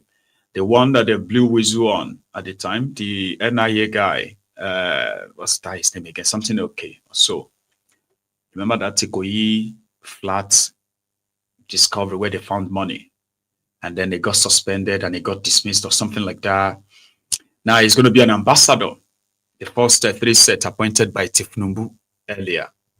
And here is Tinubu's ambassador in Edo State. You know, Opeodoyo of Edo State has made a vow. He's been telling those who care to listen before now that Tinubu is his own benefactor. And in appreciation of what Tinubu did for him by making him governor of Edo State, he will reciprocate that in 2027 by giving Tinubu 2.5 million votes. Edo people will deliver that, according to him. Now, he has taken his pledge a little bit further. He said if 2027 comes and Edo people fail to vote for Tinubu to deliver 2.5 million, he, Opeodoyo, the Dodoyo governor of Edo State, will resign as your governor. Is that like a challenge? Edo people. Asewaju is even more popular than me here now because Edo people already know that what I'm doing is because of Asewaju's impact. I'm telling you. You will see the kind of result that will come up from here because there's no opposition here in Edo. Everybody is for Asewaju here. Obasanjo's people are not for us. Who is Obasanjo's people? Does Obasanjo have any man here? Let him come here now. Is Oshomole not on the street here? Oh, let him come. By the time election gets close, yes, we'll see them. They will come. Who? The Obasanjo. Who Obasanjo? I know when we are close to the election. I'm telling you, anytime he comes to Edo, wherever he is, you'll be hearing me now. Let him come. If he come to, I bet with you. Can you bet? You are trying to frighten him. I'm not frightening him. He knows. It's the record that will tell you whether he should come or not. You can't scam Edo and come here. Let him. He cannot come. I'm telling you. Because of his poor record. His poor record will not make him to come. When children can stand to pray for me, no child on the street will pray for Obasanjo. No mother on the street will pray for Obasanjo. Is that bad? Very bad. I think we need to go out together. Even Labour Party did well here. When? Labour Party. In the election that took place, that by-election that took place in Edo Central and Ovia, did you see them? We have never produced the kind of result we produce in Esan. APC, some people, Edo people have never even tell Asewaju thank you. Why are they going to tell him thank you? It's the vote. You see that flyover? It's very dear to Edo people. You see the one in Adesuwa is very dear to Edo people. You see that road we are doing, Safle Road, is very dear to Edo people. So these are the things that we speak for Asewaju here. And you will win here. Perfectly. If he will not win, I will resign as governor. No, don't make that problem. I am telling you. I am the one telling you. No election can be very. There is no election here for him. There is no election for him. Proclamation for my brother, forget it. I'm a politician. Oh. I understudied Chief Aneni. My style of politics is not thuggery. It's grassroots. If you come, do you see me with elite? Or you see me with ordinary people on the street? Asewaju is civil. Your governor. So they say Obasanjo said not do well. So that was what gave room to this Odoyo to become the governor of Edo. People actually supported him too. Maybe not enough to make him win, but at the same time, maybe not also enough not to make him their governor. So at the time, our donkey really messed up. He messed up enough that those who actually supported him ended up having to either just look away or they just reluctantly have to follow the Odoyo governor and push their stuff for the APC. But Tifnumbu, okay, they will do everything to ensure that he's got the number that he's never got. APC never actually recorded before in that place. They will do it, and as it stands, I don't know how much of pushback or what is that thing that will motivate the Edo people to actually resist Odoyo. Who would that be? Would that be Obi? Would that be Atifku? Would that be anything, or there is no one? I'm just saying, I'm just asking. Like when you go out there to try to feel the pulse of the people and all that, and the biases that also followed it, right? You're like, okay, who is going to motivate them enough to resist Odoyo in your 2027? I don't know. But here is what El Rufaya Kaduna Littlefinger had to say when he finally resigned from his party, which is SDP. So according to him, right, they are waiting for Peter Obi to join them anytime soon because it was on their own, from their own request, that they should be given time to finish all of the coming by-elections, this election, that election. So now is the time for them to all come together and put their, their opposition strength in a single place. So is Obi going to now go and join them or not? But here, El Rufaya, Kaduna Littlefinger. Accordingly, Mr. Peter Obi and I requested the indulgence of the coalition to allow us to remain in our respective parties until the conclusion of these by-elections and out-of-season elections. I'm happy to announce that as at last week, all these elections have been concluded, and for that reason, we have no reason any longer to remain in the SDP or the Labour Party.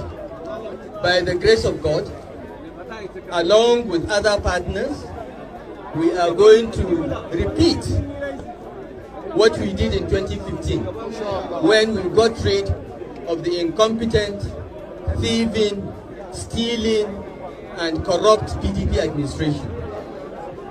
The current government in Kaduna State is led by people that have no name, no address, no surname to protect, and therefore they think the purpose of being in government is to steal and divert public funds. We contributed in bringing them into office. We therefore have a duty to contribute in sending them back home before they go to prison by the grace of God. So I want to call on all the people of Kaduna State to come out en masse, register with the ADC, and get their permanent voters card and prepare to vote out these incompetent, cursed, and useless people pretending to be a government. Thank you very much, and may God bless you all. ADC! ADC! AD and C! Thank you very much. Àmọ́ ọ̀rọ̀ tẹ́ gbé kalẹ̀ yìí ó dàbí ọ̀rọ̀ ẹni tí ọpọlọ rẹ̀ yòrò tàbí ẹni tí Ọlọ́run fi síbi aláṣà àwọn ọpọlọ rẹ̀ bí ọpọlọ ikú ó jọ má bẹ́ẹ̀ tọpọlọ rẹ̀ ò tó nǹkan rárá tàbí ètò wà ń bẹ kó má tiẹ̀ wúlò má rárá. So anyway, we are waiting for Peter Obi to join them if that is indeed what they agreed. Because he himself said it. Obi said it. He said we were all given that space to go and deal with this and that. So he's expected to then resign from Labour Party and join them in ADC. Join them in ADC. That's class, isn't it? Right. But Obi himself was in Anambra. I think he was in Oka. I'm not sure. But he was in Anambra State to see the former governor who escaped being killed. Ngige, the Okija Shatabandu, escaped death just yesterday by whisker when it was reported that some unknown gunmen trailed him and he managed to escape any harm. Okay. However, a lady that was reported to be recording the encounter was reportedly shot, allegedly shot. I didn't see it. However, here was Obi with Okija Shatabandu. Well, my own is just to thank God that whatever happened or whatever transpired is safe and his security people are safe. Because they were just telling me how they had to, because doctors are on strike, they carried the man that was shot, had to do, because he was a medical doctor, he had to participate in carrying out an operation that's saving him by 1 a.m. If it had happened to my own people, what would happen with the strike? So it's good that I'm happy that I saw him, he's in good health. That's all I came to do. Okay, so still on the issue of... Well, my own is just to thank God that... Yeah, so he escaped on hot, okay? But these guys are not so lucky. Today it's been reported there has been another attack. There have been attacks in several places. If I have to bring out my own list right now, we may spend another 5 minutes telling you all where the attacks or these terrorist attacked people between yesterday and today. But this one was this afternoon, it is said, along somewhere in Kogi. Express Road! After Onigari, ẹ wo bá Fúlàní ṣe yìnbọn fún o. Ẹ wo Fúlàní wọ́n ṣe yìnbọn fún o. Ẹ wo mọ́tò rẹ̀, wọ́n ti pa driver, wọ́n ti pa ẹni tó wa mọ́tò. Lagos Ìbàdàn Express Road. Fúlàní ni o, ó ní Fúlàní ló ti gbéyàwó ẹ̀ lọ. Ẹ wo driver ni wọ́n ti pa. Ẹ wo ẹ̀jẹ̀. Ẹ wo ẹ̀jẹ̀. Ẹ wo driver. Àwọn Fúlàní ìyàwó ẹni ẹ̀ wọ́n ti gbé lọ. Ẹ wo mọ́tò, ẹ wo ẹ̀jẹ̀ ní mọ́tò. Ẹ wo ẹ̀jẹ̀. Ẹ wo ẹ̀jẹ̀. Àwọn Fúlàní ni o. Ẹ wo gan. Jésù gbà wá o. Ẹ wo bọ́ọ̀sì wọn nílẹ̀. Báàgì ni. Àwọn Fúlàní ni o. Àwọn Fúlàní ni o. Ẹ wo mọ́tò ni. Wọ́n ti pa dírẹ́fà. Wọ́n ti yìnbọn pa. Wọ́n ti yìnbọn pa o. So sorry that I didn't warn you ahead, okay? That one was reported to be on Lagos Ibadan Expressway. So immediately you have the Ronokus who are already shouting. Now, old video, now 5 years ago, now 20 years ago, they do that as well, in case if you don't know. And the moment they realize that you're not buying it, they will disappear. But what they need to do is just to plant doubt in the minds of everybody seeing it. Okay? They'll put the doubt in it and tell you that, no, it's not, it's an old one. It's a long time ago. He said, and it's not.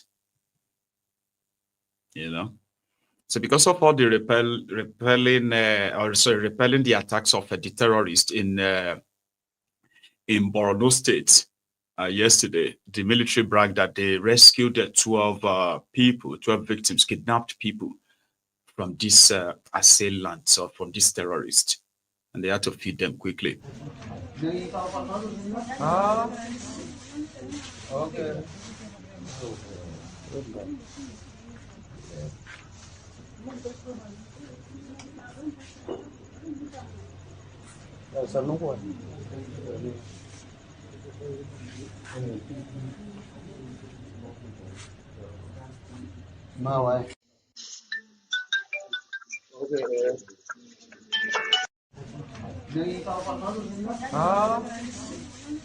Okay.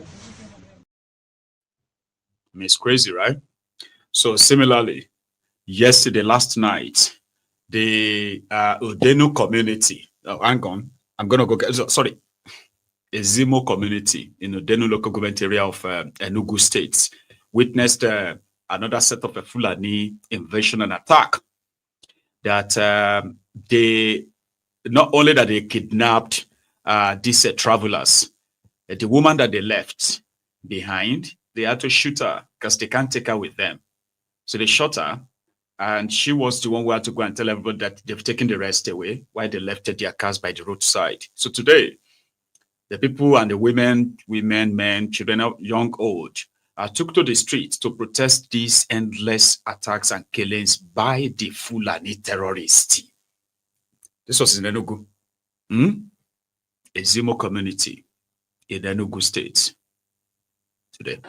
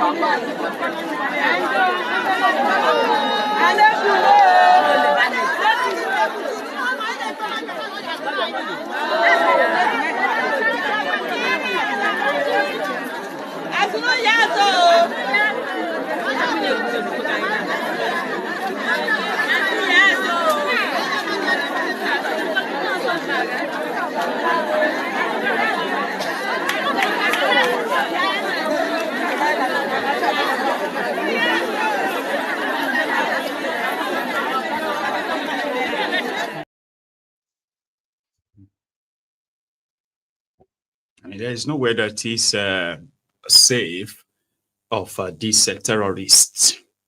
It's just every day you just have to kind of like wait for your own turn.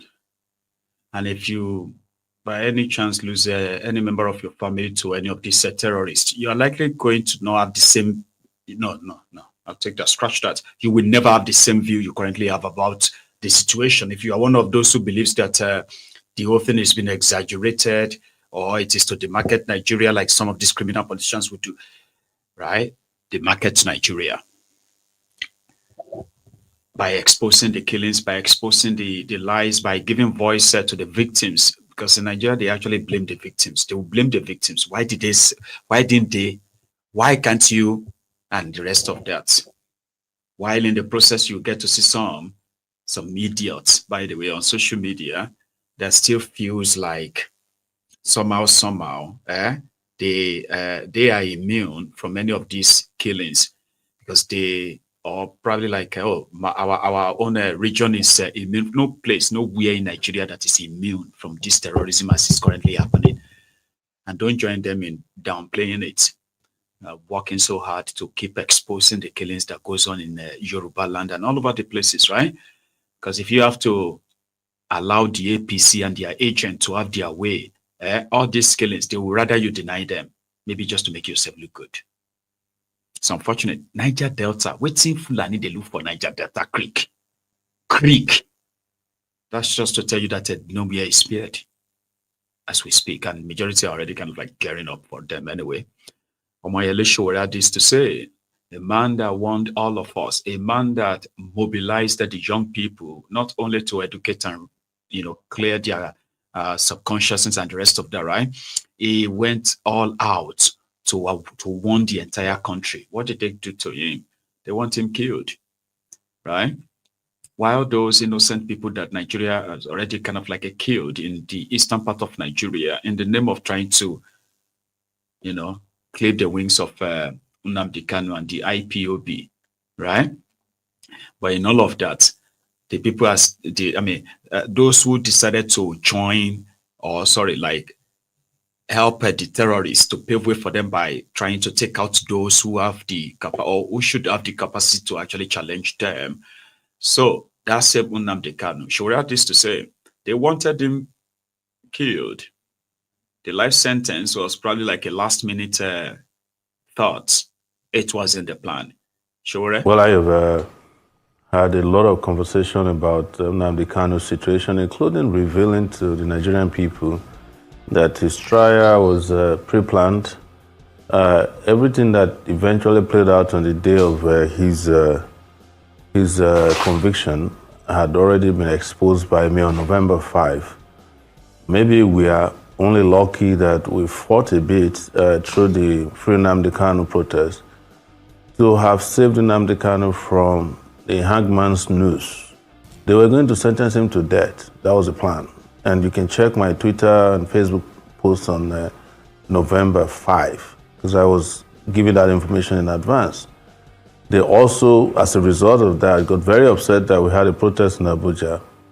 They shot at us, tear gas, arrested his lawyers, myself, later, and took us to the court outside of, within Abuja, but, near Kuje, and sent us to prison for 4 days. After we were granted bail on a Friday, the judge who was supposed to sign off on our bail paper ran away. He didn't come back until Monday. They were already setting the agenda for Nnamdi Kanu's conviction, or whatever they were going to do. But when they realized that maybe this is not popular or not going to be popular, they kind of pulled back a bit and they did the life imprisonment. And they have also realized that even the life imprisonment has not stopped his life or the life of what he stood for. Because it came at a time that, like I've always said, he prophetically predicted some of the things that are happening in Nigeria now. And when he was eventually convicted, those things have come full circle in terms of terrorism, the unchecked activities of the people you call terrorists or bandits who have been given preferential treatments in Nigeria over time. They always have the right, they can drive around in their convoys with vehicles seized from the Nigerian army. One of them wore a uniform of a police commissioner, an assistant police commissioner he killed. He wore his uniform to town. They were carrying their magazines and their heavy-duty weapons and ammunition and addressing press conferences.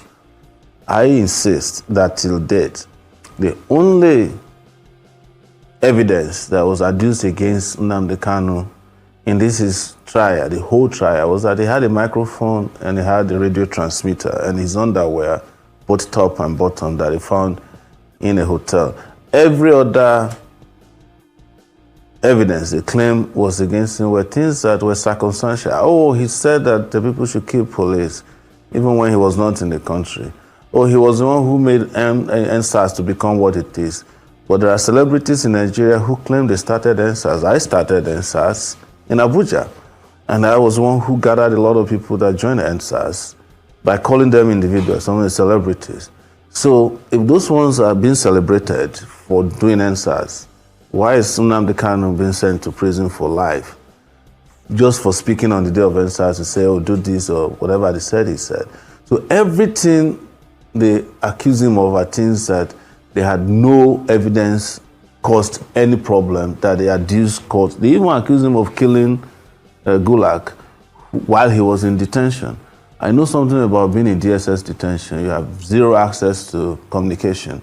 Even if you do, if you smuggle something, and they have a way of monitoring you.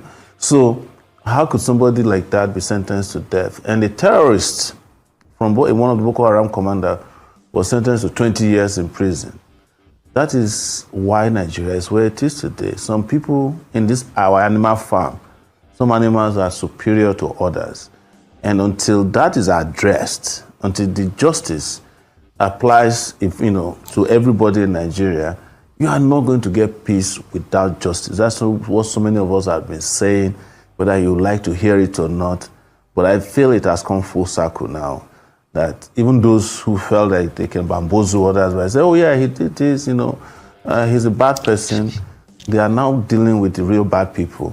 Unfortunately though, those real bad people have cover. They have, they have protection. And they are trying to convince the rest of us to actually accept that as a normal thing. They are accusing us of being Islamophobic, Fulani-phobic, and every other phobic they could call us. It is a reality now.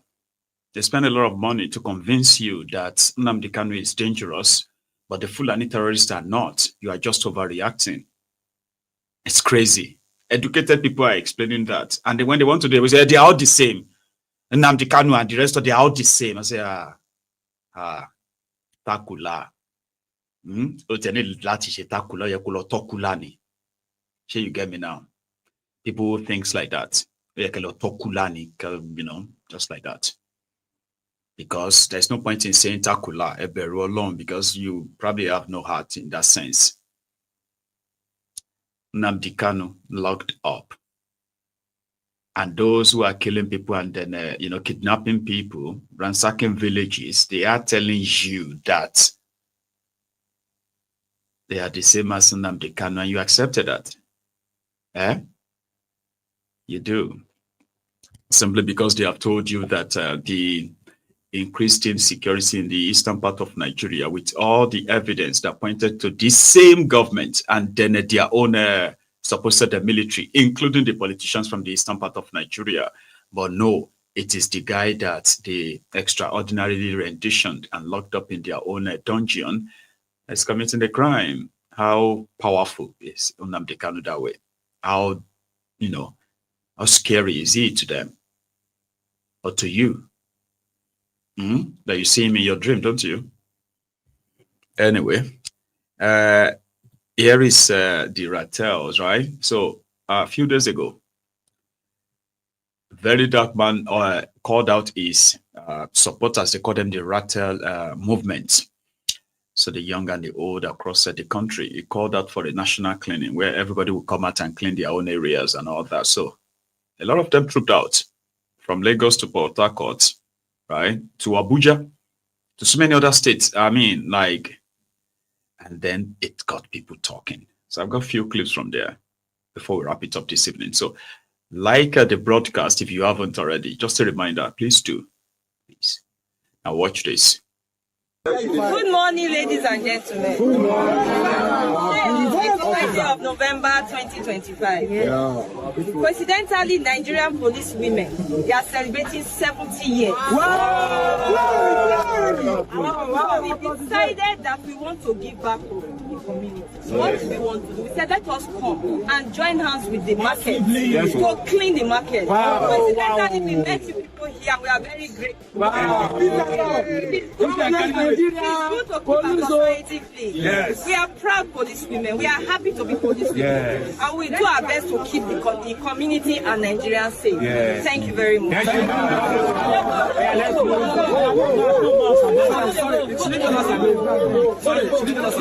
I am Assistant Commissioner of Police, Dr. Oyakire Bagre. Thank you, ma'am. God bless you, ma'am. Let's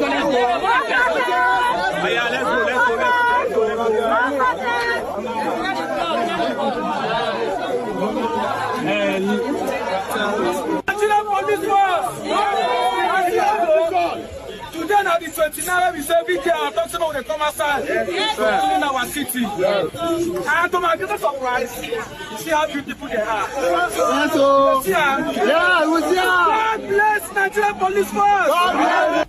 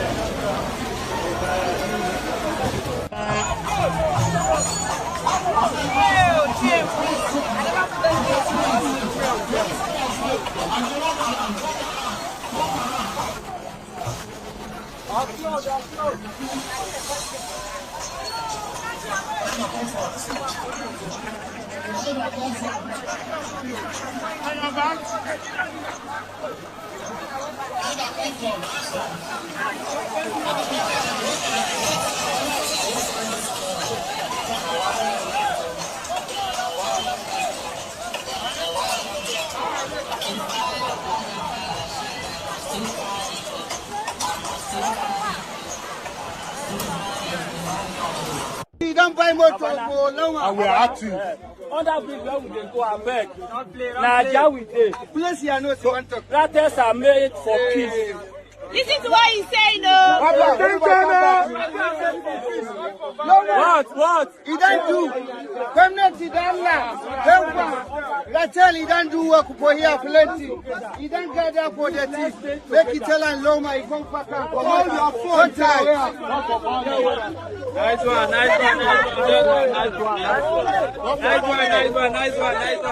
Coordinate ourselves. First lady. So Davis is here, life and the rights. Davis is a wonderful soul. I just invited her. I was not expecting to see her. And she came. Davis, thank you so much.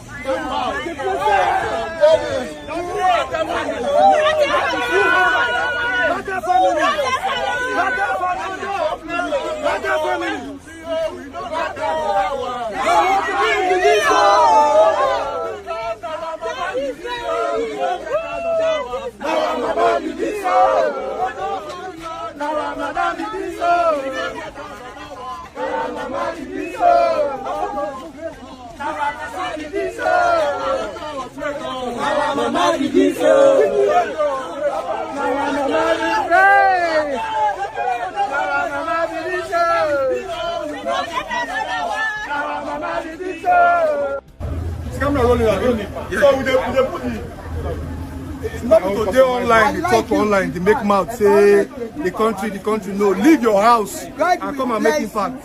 You see, everybody you see here, we left our house to come and impact. We don't have to complain. So all of us come outside, come complain with our hand. Come complain with our hand. The country no good, don't follow mouth to talk. The smallest thing you can do is to pick the tip from the country. Come outside. All of you now, I challenge all of you. Come outside and repair the country. Start from your area. Come outside. Come outside. Come outside. Come outside.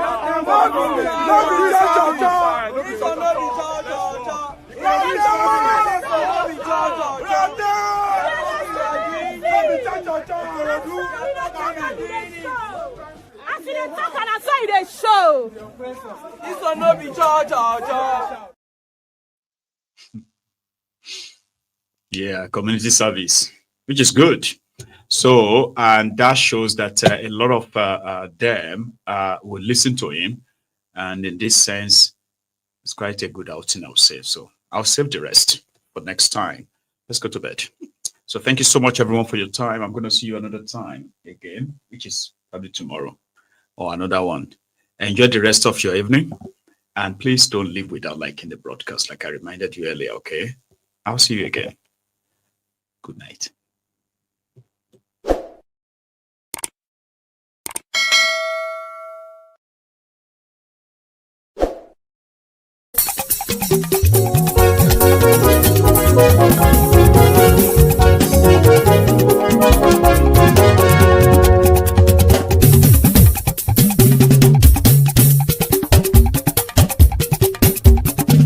Mayegun làwa mọ̀ làmọ̀ tó dòdòdò.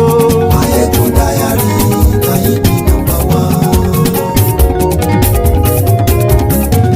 Mayegun làwa mọ̀ làmọ̀ tó dòdòdò. Mayegun dayari Nayibi #1. Mayegun ti dé o ọ̀rẹ́ ara yìí. Mayegun dayari Nayibi #1. Lórí Facebook lórí YouTube. Mayegun dayari Nayibi #1. Gbogbo bó ṣe ń lọ ni Mayegun já wa sí. Mayegun dayari Nayibi #1. Àṣírí ọ̀jẹ̀lú kì í bò níbẹ̀ o. Mayegun dayari Nayibi #1. Bó bá ṣe eré àní Mayegun máa wí. Mayegun dayari Nayibi #1. Ó sì tún ṣe eré wàá gbọ́ níbẹ̀ o. Mayegun dayari Nayibi #1. Mayegun dayari politico. Mayegun dayari Nayibi #1. Godfatherism kò sí lọ́rọ̀ Mayegun. Mayegun dayari Nayibi #1. Ẹ farabalẹ̀ sẹ́ o kẹgọ́rọ̀ lẹ́nu o. Mayegun dayari Nayibi #1. Àní Mayegun làwa mọ̀ tó dòdòdò. Mayegun dayari Nayibi #1.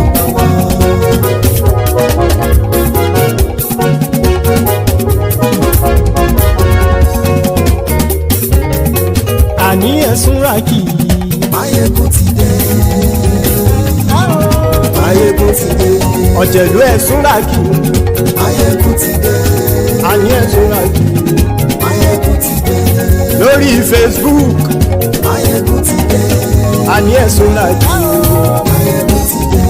Lórí YouTube. Mayegun ti dé. Àní ẹ̀sùn ràkì. Mayegun ti dé. Bọ́ bàbá gbé wúrẹ́. Àní ẹ̀sùn ràkì. Mayegun ti dé. Ijó ìgbádìyẹ. Mayegun máa wí. Àní ẹ̀sùn ràkì. Mayegun ti dé. Pẹ̀sìdó bá rúfin o. Mayegun máa wí. Àní ẹ̀sùn ràkì. Mayegun ti dé. Kí gómìnà kówó jẹ. Mayegun máa wí. Àní ẹ̀sùn ràkì. Mayegun ti dé. Ọlọ́pàá ti ń darí bá. Mayegun máa wí. Àní ẹ̀sùn ràkì. Mayegun ti dé. Aṣòfin tí ń rúfin o. Mayegun máa wí. Àní ẹ̀sùn ràkì. Mayegun ti dé. Òpùrọ́ olóṣèlú. Mayegun máa wí. Àní ẹ̀sùn ràkì. Mayegun ti dé. Ọ̀jẹ̀lú ẹ̀sùn ràkì. Mayegun ti dé. Àní ẹ̀sùn ràkì. Mayegun ti dé.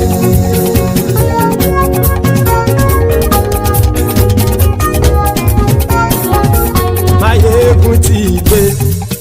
Gbogbo ọ̀jẹ̀lú ẹ̀sùn ràkì.